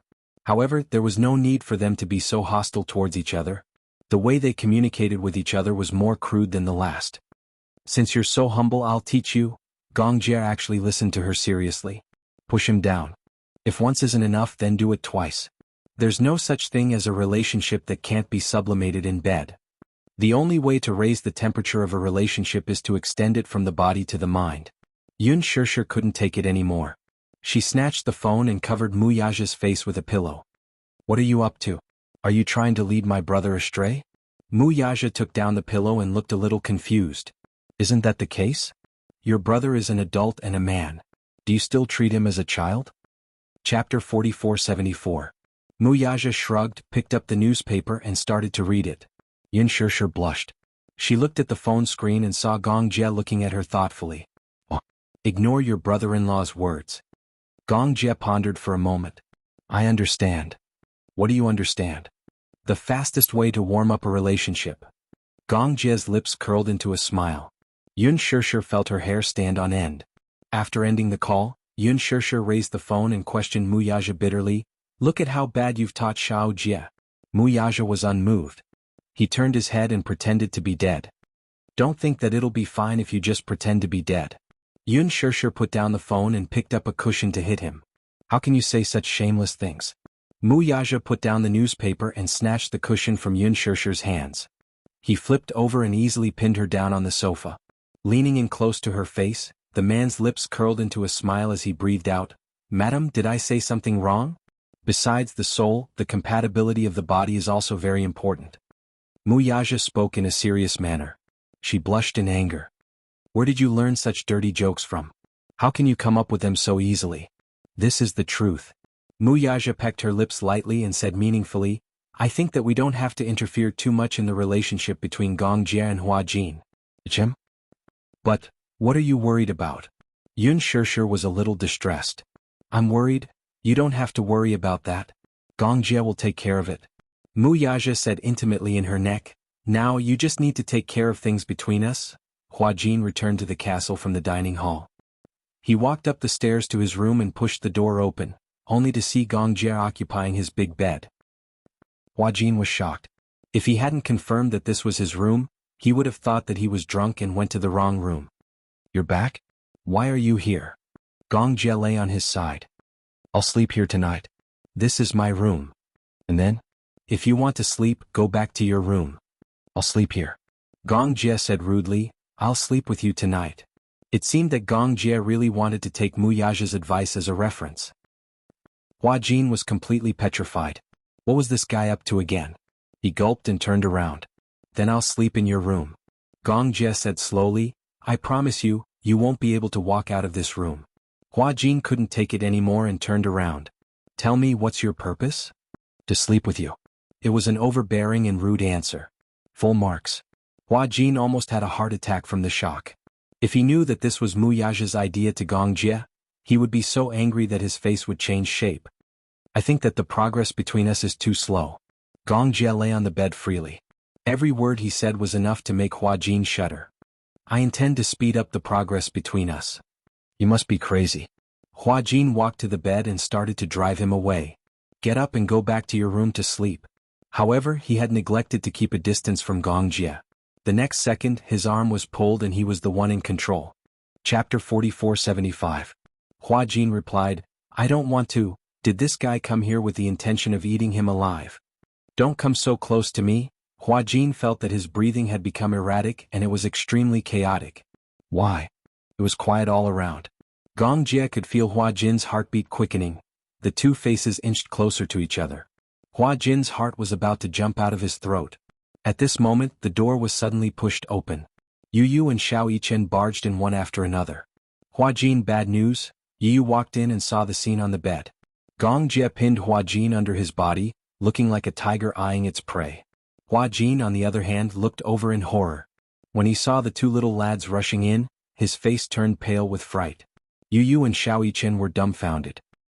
What the hell was going on? Uncle, why didn't you knock before coming in? Gong Jie raised his eyebrows in displeasure.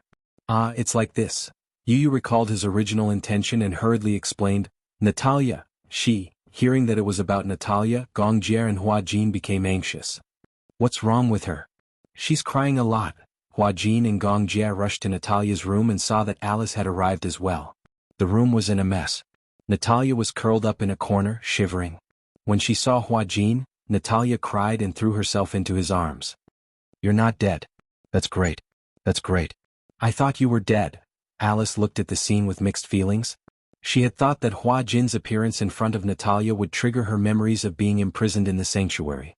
Therefore, she tried to persuade Hua Jin not to come and see her. However, Hua Jin did not appear for a long time. Natalia thought that Hua Jin was dead and that everyone had been hiding it from her. She had nightmares. She often dreamed that Hua Jin was lying on the bed, covered by a white cloth. He was no longer breathing. She was heartbroken and woke up crying. Seeing that he was still alive, Natalia broke down and cried. The worries and suspicions that had been plaguing him all this time had finally vanished. You're still alive. That's great. That day Gong Jie carried Hua Jin on the boat. During the long critical period, Natalia overheard from Alice that Hua Jin's condition. She thought that Hua Jin was probably dead, so she had been suppressing it. The terrifying memories, coupled with the accumulated worries, finally crushed her. Hua Jin did not appear for so many days.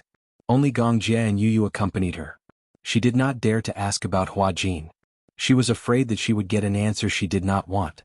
The nightmares that she had been suppressing and suspecting were the last straw that broke her back. Natalia broke down and smashed everything in the house. She felt that there was no reason for her to still be alive. During the days when she was imprisoned in the sanctuary, if it were not for Hua Jin and Alice taking care of her, she would not have been able to survive until now. Therefore, Natalia felt guilty and thought that she was the culprit behind Hua Jin's death. Now that she saw Hua Jin alive, Natalia thought that she was dreaming. Am I dreaming? Natalia held his face and sobbed. Is it real? Are you really still alive? Hua Jin did not know whether to laugh or cry, but he was also filled with emotions. Chapter 4476. In the end, Natalia had been on tenterhooks all day. Apart from the trauma of the kidnapping, she was also worried about him. He had never imagined that he was so important to Natalia. Alice said to Hua Jin, "Stay with Natalia tonight. I can tell that she's worried about you. It's like she's lost her soul." Hua Jin nodded and turned to look at Gong Jie. "What about you?" "Me." Gong Jie said, "I'll stay too." Alice said, "Okay then," she said to Yu Yu and Xiao Yichen, "Let's go." After the three of them walked out of the room and closed the door, Yu Yu and Xiao Yichen had different expressions on their faces. Alice glanced at them. "What's wrong? You look weird." "Alice, let me tell you. Yu Yu and I saw a ghost just now." Xiao Yichen walked up to Alice and said with a horrified expression, "When Yu Yu and I entered Hua Jin's room just now, we saw Uncle on top of him. The position was indescribable. It seemed like..." Yu Yu and Alice looked at each other. No one had mentioned to him that Hua Jin and Gong Jie had an ambiguous relationship. Obviously, Xiao Yichen was the last one to be kept in the dark. Obviously, he had not recovered from the shock of seeing Hua Jin and Gong Jie on the bed. Could it be? Xiao Yichen crossed his arms and said, "Uncle and Hua Jin were playing some kind of sumo game?" Yu Yu was speechless. Alice said, "You can be more imaginative." "What else could it be?" Xiao Yichen looked at Yu Yu. "Yu, what do you think?" "Uncle likes Hua Jin." No, that's impossible. Uncle has always been a straight man. How could he like men? That's just his way of doing things. It doesn't mean that it's a matter of sexual orientation. Besides, who said that men can only like women? Isn't it normal for men to fall in love with each other? Xiao Yichen said, "I think Uncle should like women." "You know it again. Xiao Yichen, are you a god? Do you know everything?" Yu Yu poked his head and said, "Besides, what does it have to do with you whether Uncle likes men or women?" Xiao Yichen came to his senses and said, "That's right. What does that have to do with me? However, you can't just make such wild guesses. It's not like we made a random guess." Yu Yu and Alice said in unison, This is his own intention. What do you mean? The day before yesterday or the day before yesterday? I forgot, but Hua Jin seemed to have run over and said that uncle confessed to him. Xiao Yichen almost vomited blood. Are you serious? Are you kidding me? It's definitely not a joke. Xiao Yichen was so shocked that his soul almost left his body. In the room, Natalia had taken a shower and eaten. The room had been cleaned up. Hua Jin coaxed her into bed and sat on either side of the bed with Gong Jie. He urged her, "You haven't slept well these few days, right? Hurry up and go to sleep."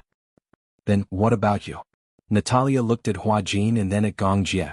"Will you leave after I fall asleep?" Hua Jin and Gong Jie looked at each other and shook their heads.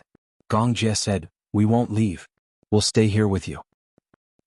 "I don't believe you." Chapter 4477. Natalia was afraid that they would leave quietly after she fell asleep, so she patted the bed. "Lie down and sleep together."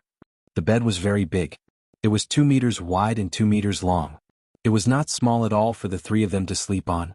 Hua Jin knew what Natalia was worried about, so he lay down obediently. Gong Jie and Hua Jin lay on either side of her. Only then did Natalia feel much more at ease. Nestled in Gong Jie's arms, Natalia murmured, "I miss home." She missed the home that only belonged to Gong Jie, Hua Jin, and her. This place was so unfamiliar. She was surrounded by bad memories. She could not sleep well. "When you're better, we'll go back. I'm already well nourished." Natalia pouted. "I want to go home." "Okay, sleep first, okay?" Hua Jin's ability to coax children was already top-notch. Natalia said, "Give me a good night kiss." Hua Jin gently kissed her forehead. When Gong Jie saw this, he felt indignant. "I want one too." Hua Jin was speechless. He thought coldly in his heart, "Are you a freaking child? You want a good night kiss? Aren't you childish?" Gong Jie also stared at him meaningfully and even moved his handsome face closer. He was obviously being shameless.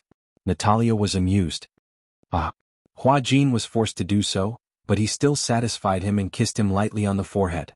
Gong Jie was still not satisfied. "That's it? That's it. Sleep." Hua Jin blushed and lay down. He hugged Natalia and closed his eyes. Natalia fell asleep very quickly. Not long after, Hua Jin was also very sleepy and fell asleep very quickly. Gong Jie, however, could not fall asleep. He propped his upper body up and laid on his side. He held his head and quietly looked at the two people lying beside him. Hua Jin and Natalia slept in each other's arms. Both of them slept very quietly. Natalia's arm was placed on Hua Jin's chest. Under the moonlight, this scene was inexplicably heartwarming. The next day when Hua Jin woke up, Gong Jie was sleeping soundly with Natalia in his arms. He walked to the window and pulled the curtains open. The long-awaited sunlight finally poured in. The whole room was much brighter. He left the room quietly, and when he went out, he unexpectedly met Alice. "Hua Jin. I heard you and Xiao Yichen." Hua Jin. His heart felt stifled. "And these two little brats. Don't listen to their nonsense." "Actually, there's nothing wrong with admitting it." After a pause, Alice's expression became serious again. "Today's news is out. It's about the sanctuary." As she spoke, Alice handed the tablet to Hua Jin. Hua Jin took the tablet. Many of the world's authoritative media outlets reported wantonly. The news of the sanctuary's mass suicide that night shook the world. Such a brutal mass suicide case was extremely rare. Undoubtedly, this explosive news lasted for a long time. At the same time, the war in East Africa officially began. The International Peacekeeping Organization of the United Nations had already begun to intervene. More than 1,000 believers voluntarily took hydrogen chloride and died within seconds. Chapter 4478. Alice said, "Hua Jin, the International Federation already knew that you were one of the survivors at the scene. Some reporters wanted to interview you, but they were all blocked. During this time, other than here, don't go anywhere else." "What? I suspect that there are still believers left in the sacred hall. They might already be looking for your whereabouts, which is bad for you." Hua Jin, on the other hand, was baffled. "Why are those believers looking for my whereabouts? What does this have to do with me?" "Because you are the Holy Son chosen by the leader of the Sacred Hall. Those believers believe that as long as they complete the ritual, their leader will obtain eternal life." "That's ridiculous." Hua Jin finally couldn't help it. "I'm innocent. Those believers have been brainwashed. In their minds, Jim is God, and you are the Holy Son chosen by God. After completing the ritual, Your will and spirit will make Jim's soul more indestructible, and those believers who follow him will also obtain eternal life. Hua Jin couldn't help but think about it in horror. I suspect that those believers who pretended to take the medicine are not repentant or have thought it through, but stubborn evil cult members. They must be sparing no effort to track your whereabouts. Hua Jin nodded lightly. Okay. You stay in Dark Wind Island, don't go anywhere for the time being. Alice said again, Hurricane will send mercenaries to track down the whereabouts of those believers, eliminate them, and hand them over to the International Court for trial. Those believers were not caught? No. Only one was caught. We only managed to capture one of them. The other 5 seem to have escaped and have disappeared without a trace. Hua Jin looked at the news displayed on the tablet with a heavy heart. Alice asked again, what was the situation like that day? You haven't mentioned it to me. Why did Jim choose you to be the Holy Son? Hua Jin heard this and couldn't help but sneer. You think Jim created the so-called doctrine to save those believers? He only selfishly wanted to take the money and property of those believers. In other words, even he himself knew that there was no such thing as the Temple of Light, and there was no such thing as eternal life. It was just a crooked practice that he had instilled in his followers. He needed a reason and an excuse. It is said that Jim referenced the ancient burial system of Z country. Jim regarded the thousands of believers as his slaves. He believed that after death the soul lived in another world. The tomb is the residence of the owner of the tomb in another world. Everything is handled according to the etiquette of, death is like life, death is like life, death is like existence. After the slave owners and nobles died, they would bury their slaves with them so that they could be enslaved after death. Thousands of followers were willing to be buried with him. Even if they had souls after death, he was still the cult master with boundless glory. He's just treating a few thousand lives as child's play. Most of his followers are victims of war and bankrupt civilians. They just want to find a place to shelter them, and Jim instilled this belief in them in the name of the Temple of Light. As for him being chosen as the Holy Son, the so-called living sacrifice also came from the ceremony recorded in the Holy Sutra. Chapter 4479. Alice nodded. I'll talk to Gongjia about this later. Anyway, it's best that you don't go anywhere except Dark Wind Island for now. Hua Jin nodded. Alice suddenly looked at him strangely. Hua Jin touched his face. What? Let me ask you, huh? How far have you progressed with Gongjia? Alice had a curious look on her face as if she wanted to hear some gossip. Hua Jin said, Why are you asking about this kind of gossip? Because I'm curious. Alice said anxiously. I see that you like Gongjia, so don't reject him. Hua Jin said righteously, I'm a straight man, xie. This has nothing to do with being a straight man, right? Gongjia doesn't like men either.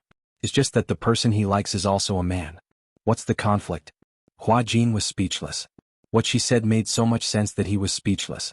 After Gongjia woke up, he coaxed Natalia to wash up and go to the dining room for breakfast. Alice, Hua Jin, Yu, and Xiaoyichen were sitting together for breakfast. When Hua Jin saw Gongjia, he immediately stood up and walked away as if he was avoiding something. I'm full. With that, he walked away as if he was fleeing from a disaster. Gongjia sat down in confusion and snorted. It's like he's hiding from a tiger. Alice took a bite of her sandwich and giggled. Doesn't such a guilty expression mean that he's interested in you? Gongjia looked surprised. How did you know? Let me ask you. Alice suddenly glanced at Natalia, who was standing at the side, and then hinted at Yu with her eyes. If Yu and Xiaoyichen couldn't tell, they would be fools. Hence, Yu held Natalia's hand and said, Natalia, what do you want to eat? Sandwich. The 3 little buns ran away. Alice held her spoon and narrowed her eyes. She asked mysteriously, Did you kiss her? Yes. Gongjia was shy. Although he didn't blush, there was a hint of hesitation in his tone. Did he resist? He struggled a lot. Then did you show that disgusted expression? No. That means that Hua Jin has feelings for you. Alice was so excited that she put down her sandwich. No, it's very emotional. Why do you say that? Obviously, Gongjia didn't think so. He even felt that Hua Jin should be very resistant to him. Alice smiled and said meaningfully, I'll teach you. You can do an experiment. Alice glanced at Zax, who was sitting not far away and eating breakfast. She said to him, Touch Zax's head the same way you touched Hua Jin's head. You'll know by looking at Zax's reaction. If Hua Jin doesn't have any feelings for you, then... After 2 minutes of mental preparation, Gongjia walked to Zax and sat down. Zax was the mercenary instructor of the Hurricane Group. He was 28 years old, young and handsome. However, he was an upright and outspoken man. He was an extremely flirtatious man. Chapter 4480. Little Jia. Gong Jie called him affectionately. Little Jia was how Zax's girlfriend had always addressed him. Zax's face was instantly filled with horror, as though he had seen a ghost. He endured the nausea and asked blankly, "Young Master Jie, what's wrong?" "Nothing." Gong Jie rested his chin on his hand and gazed deeply at him. "I just want to quietly watch you eat breakfast. I feel that you look so good even when you're munching on a hamburger." Whoosh whoosh whoosh, Zax could clearly feel the goosebumps all over his body breaking out. He felt that his scalp was clearly tightening. This Gong Jie, what was going on? Why was he staring at him with such a strange gaze for no reason? Could it be that after returning from East Africa, he had been influenced by those evil sects and had gone mad?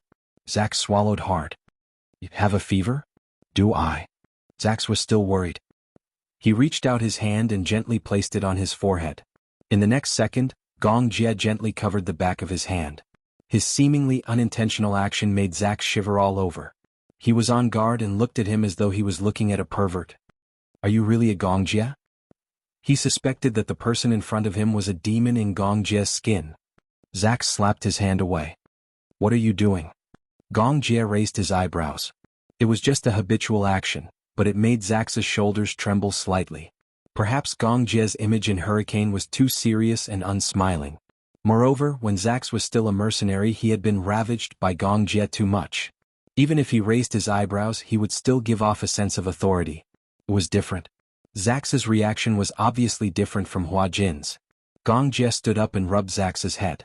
Zax was obviously repulsed by such contact. He shrunk his shoulders and glared at him resentfully, but he didn't dare to say anything. Ah! Gong Jie couldn't take it anymore. Zax couldn't take it anymore. He gathered his courage and stood up. "Young Master Jie, are you crazy?" He turned his head and looked at Alice.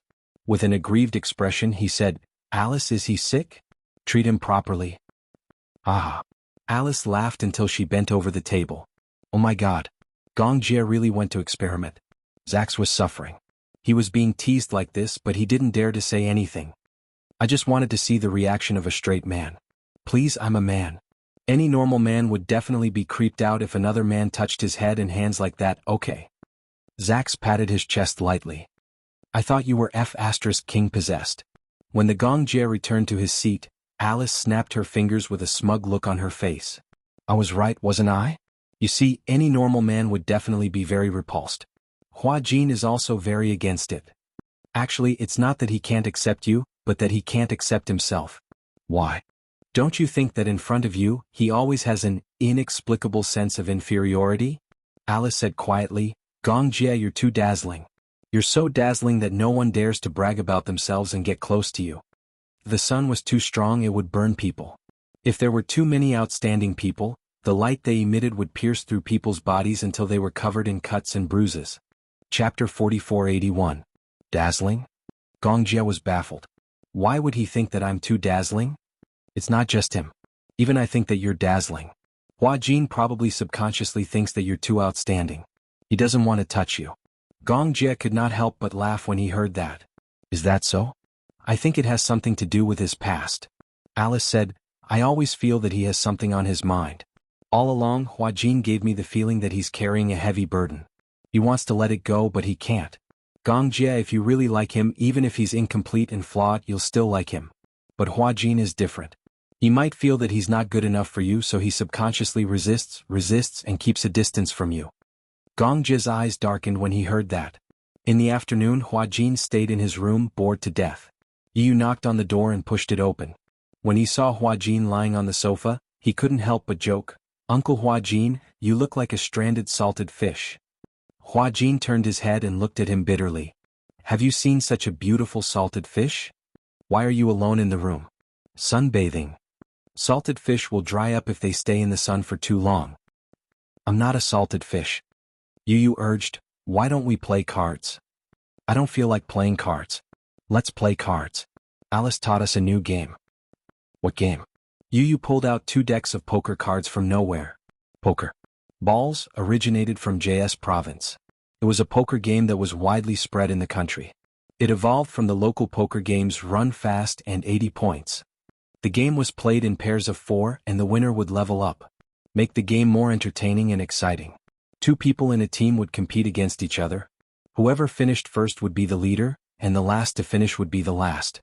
If a team had 1 player in the first and 1 player in the second, they would be able to level up by 3 levels. The most interesting part of this game was leveling up and getting a straight flush. There were many ways to play it, and it tested one's brain power and logical thinking. Hua Jin could not stop Yu Yu and was dragged to the chess room. Originally, Dark Wind Island didn't have a chess room, but after learning how to play cards from Yun Shishir's family, Gong Jie felt that poker games were very interesting, so he built a few chess rooms in the stadium. Mahjong tables, poker tables, everything was available. When they arrived at the chess room, they realized that Gong Jie and Natalia were there as well. Alice was teaching Natalia how to play cards. Originally there were 4 people: Alice, Gong Jie, Hua Jin and Yu Yu. Xiao Yichen was not very good at poker games, so he politely declined. Natalia learned how to play and she wanted to play as well. Therefore, Alice said that she didn't want to play anymore, and she wanted to be Natalia's strategist. The teams were divided into groups, and the 4 black and red cards were used to draw teammates. For some reason, Hua Jin was assigned to the same group as Gong Jie. It was unknown if it was a tacit understanding or something else. Hua Jin probed, "There's no punishment in this game, right?" "There is," Alice said. "Truth or dare?" Again. Hua Jin stood up and wanted to leave. Chapter 4482. Alice blocked the door. "Since you're here, don't even think about leaving. It's fine if you don't want to play the punishment game, but we'll pay for it." Yu Yu and Gong Jie placed their bank cards on the table. Gong Jie's was a Centurion black gold card. Hua Jin's eyes widened. "How much?" 1 million per round. Yu Yu raised one finger. "Well, I'll pay for Natalia's share." Gong Jie looked at Hua Jin. Hua Jin gulped, took out his wallet and placed a few bank cards on the table. "So much?" "No. He was poor. Although he was considered rich compared to the average person, he was not as rich as Gong Jie and Yu Yu. Moreover, 1 million per round was too much for him." Hua Jin really wanted to retreat. After understanding the game, Hua Jin still did not fully understand it. He looked at Gong Jie expectantly. At this moment, it seemed like he was the only one he could rely on. "Gong Jie, I'm counting on you." "It's fine, 1 million per round is nothing." Yu Yu added, "Yeah, if it weren't for you, we would have doubled the bombs." "Doubled the bombs? That would be at least tens of millions. Must it be so King tragic? There are winners and losers." With that, Yu Yu looked at Gong Jie evilly. "Uncle, let's fight to the death today." Alice took out her credit card machine and stood at the side, looking like she was watching a show. No wonder she didn't want to participate. Damn it, if 4 bombs were dropped it would be close to 10 million. Although 10 million wasn't a huge amount to Gong Jie and Yu Yu, to him, it was practically bankrupt. This wasn't a game of cards, this was a game of life and death. The game started and Gong Jie made the first move. Hua Jin was still sorting out the cards when he saw Gong Jie and Yu Yu, who were on his left, doing the paperwork at lightning speed. In just a short while they were done shuffling the cards. Hua Jin sorted out his cards and looked at them. There were a total of 4 singles in his hand. Gong Jie made the first move and he made a single 3. Hua Jin was delighted and eager to try. Alas, Yu Yu suddenly played a trump card. Hua Jin's hand, which was holding the single card, trembled. So ruthless right from the start? Yu Yu was sitting on top of Hua Jin and had a strong hand in the cards, while Gong Jie was sitting on top of Yu Yu and had a strong hand in the cards. It was as if the two were having a battle. 4 8s. 5 2s. 3 4 5 6 7 straights, a straight flush. 10 JH. After 3 to 4 rounds, Hua Jin didn't have a chance to make a single move.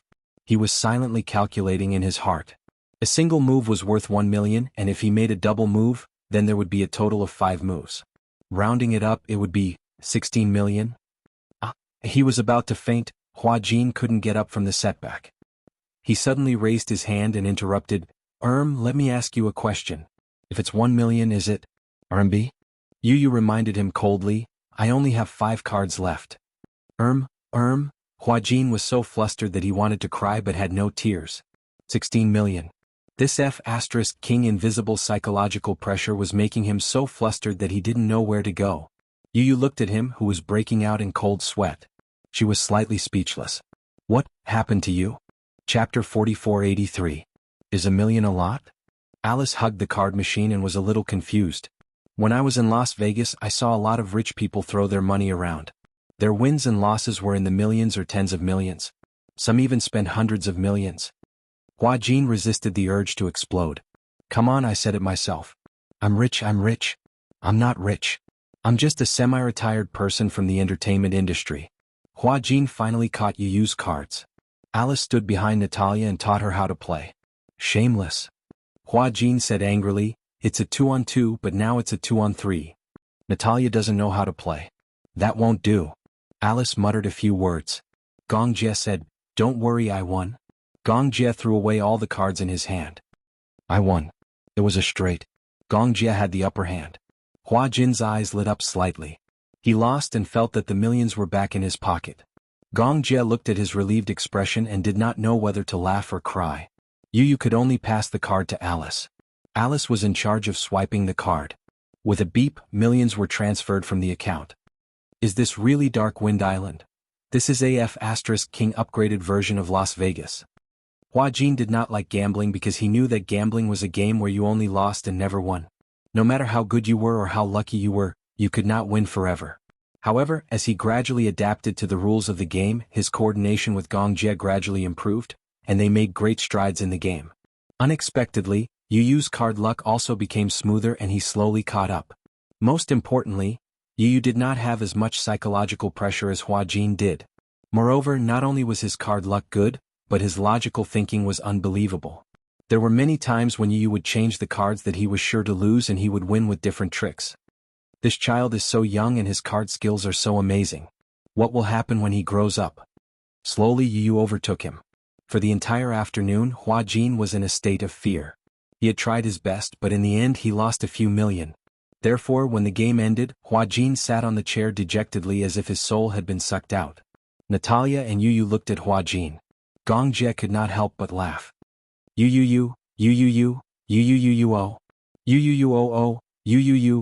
Hua Jin wanted to cry. I'm not as rich as you.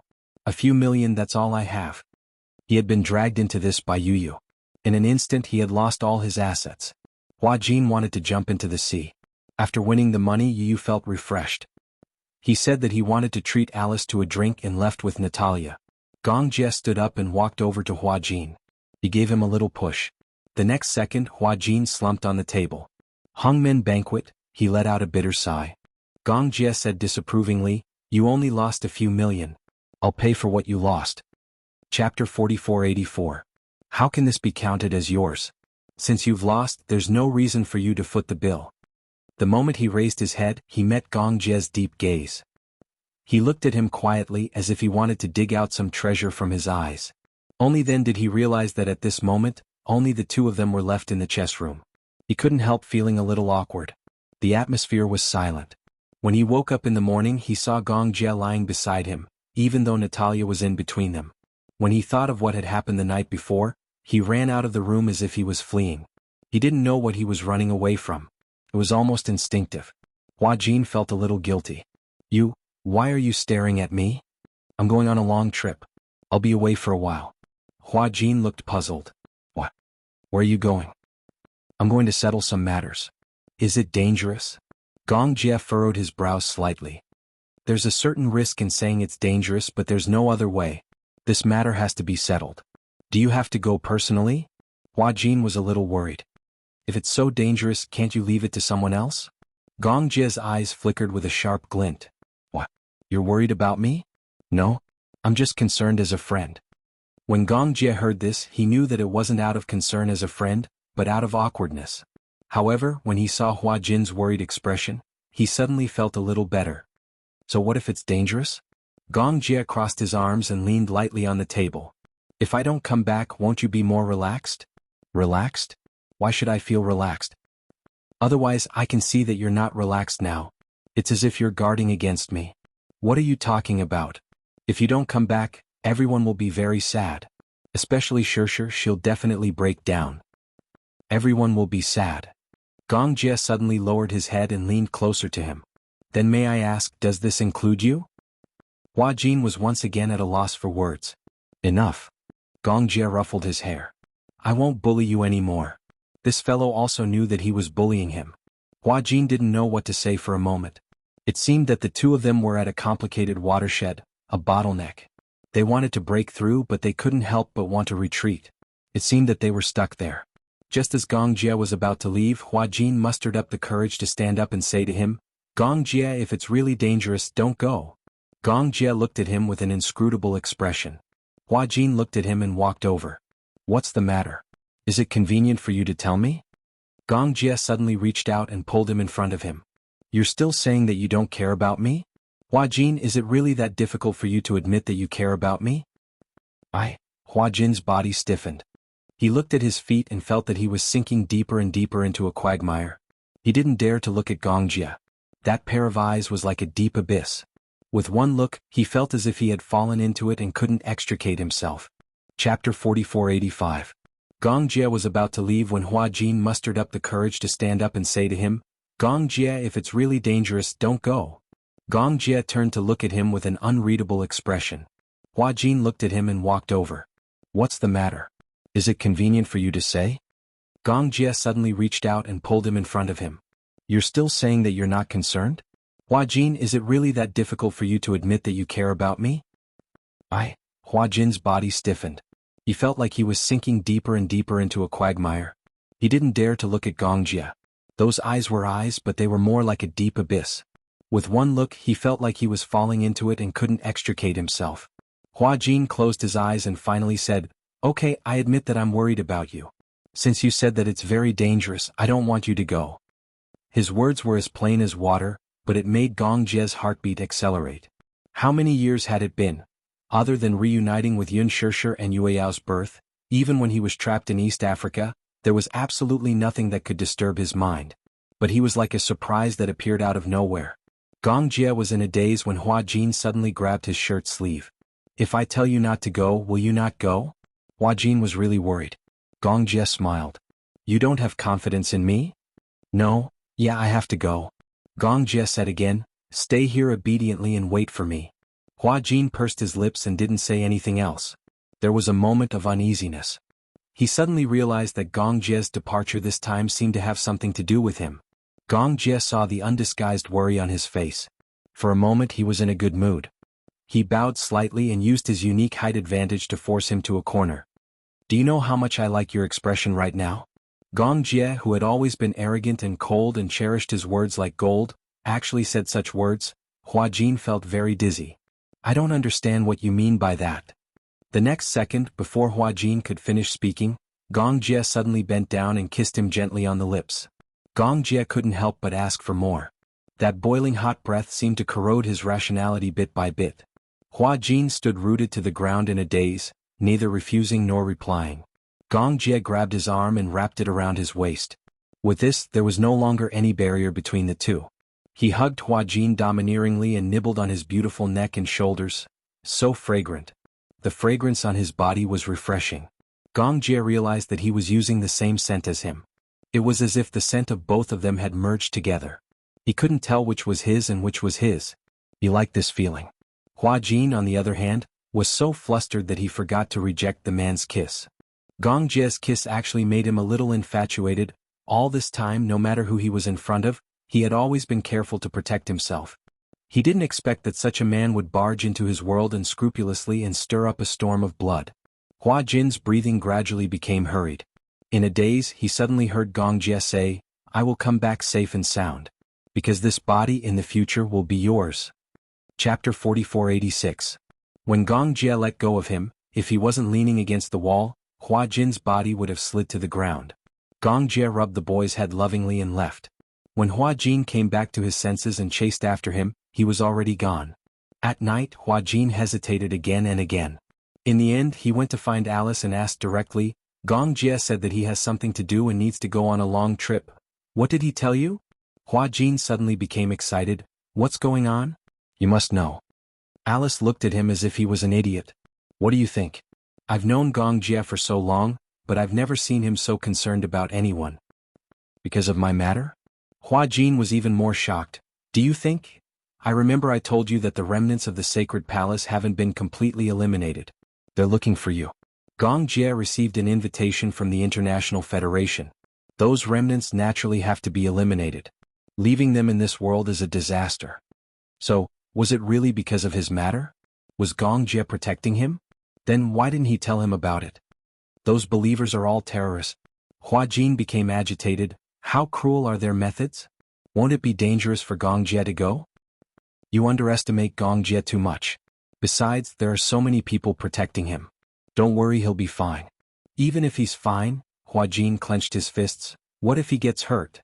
You care about him so much. I couldn't tell. I think you two have a good relationship. You think too much. Hua Jin said righteously, I just don't want him to get hurt because of my matter. You're speaking so confidently. Isn't your problem his problem? Moreover, the grudge between Hurricane and the Sacred Palace has been formed. Apart from you, he also has his own temper. In East Africa, several of his beloved subordinates died so tragically because of the Sacred Hall. He will definitely go there to take revenge. Hua Jin sat on the sofa in silence. He suddenly raised his head and asked, Can I go with him? Forget it. If you go, you'll just be sending yourself to death. Alice spat out a sentence that choked him to death. Hua Jin said angrily, In East Africa, I also put in a lot of effort and didn't drag you down. In East Africa. If it weren't for you, Xiao Jie wouldn't have almost died there. Hua Jin felt so guilty that he didn't say anything. Actually, I've always felt that Xiao Jie's feelings for you were a little special. I didn't think too much about it at first, and I'm sure he didn't think too much about it either. However, during his time in East Africa, perhaps because he had experienced too many calamities, he immediately recognized his feelings. You know, there are often many things that can only be figured out when one is on the brink of death. Hua Jin said, Is this the worst time he's ever offended someone? This is definitely not the worst time he's ever had. There was once when Gong Jie almost got pregnant. However, this time the situation is different from the past. How is it different? Alice looked at Hua Jin as if she was looking at a hopeless idiot. Don't you understand? This time you almost died. You were unconscious on the ship for so long and had a high fever when you came back. You don't know that when you were unconscious, Gong Jie thought that you wouldn't make it. You didn't eat or drink for a few days. Wasn't he the same?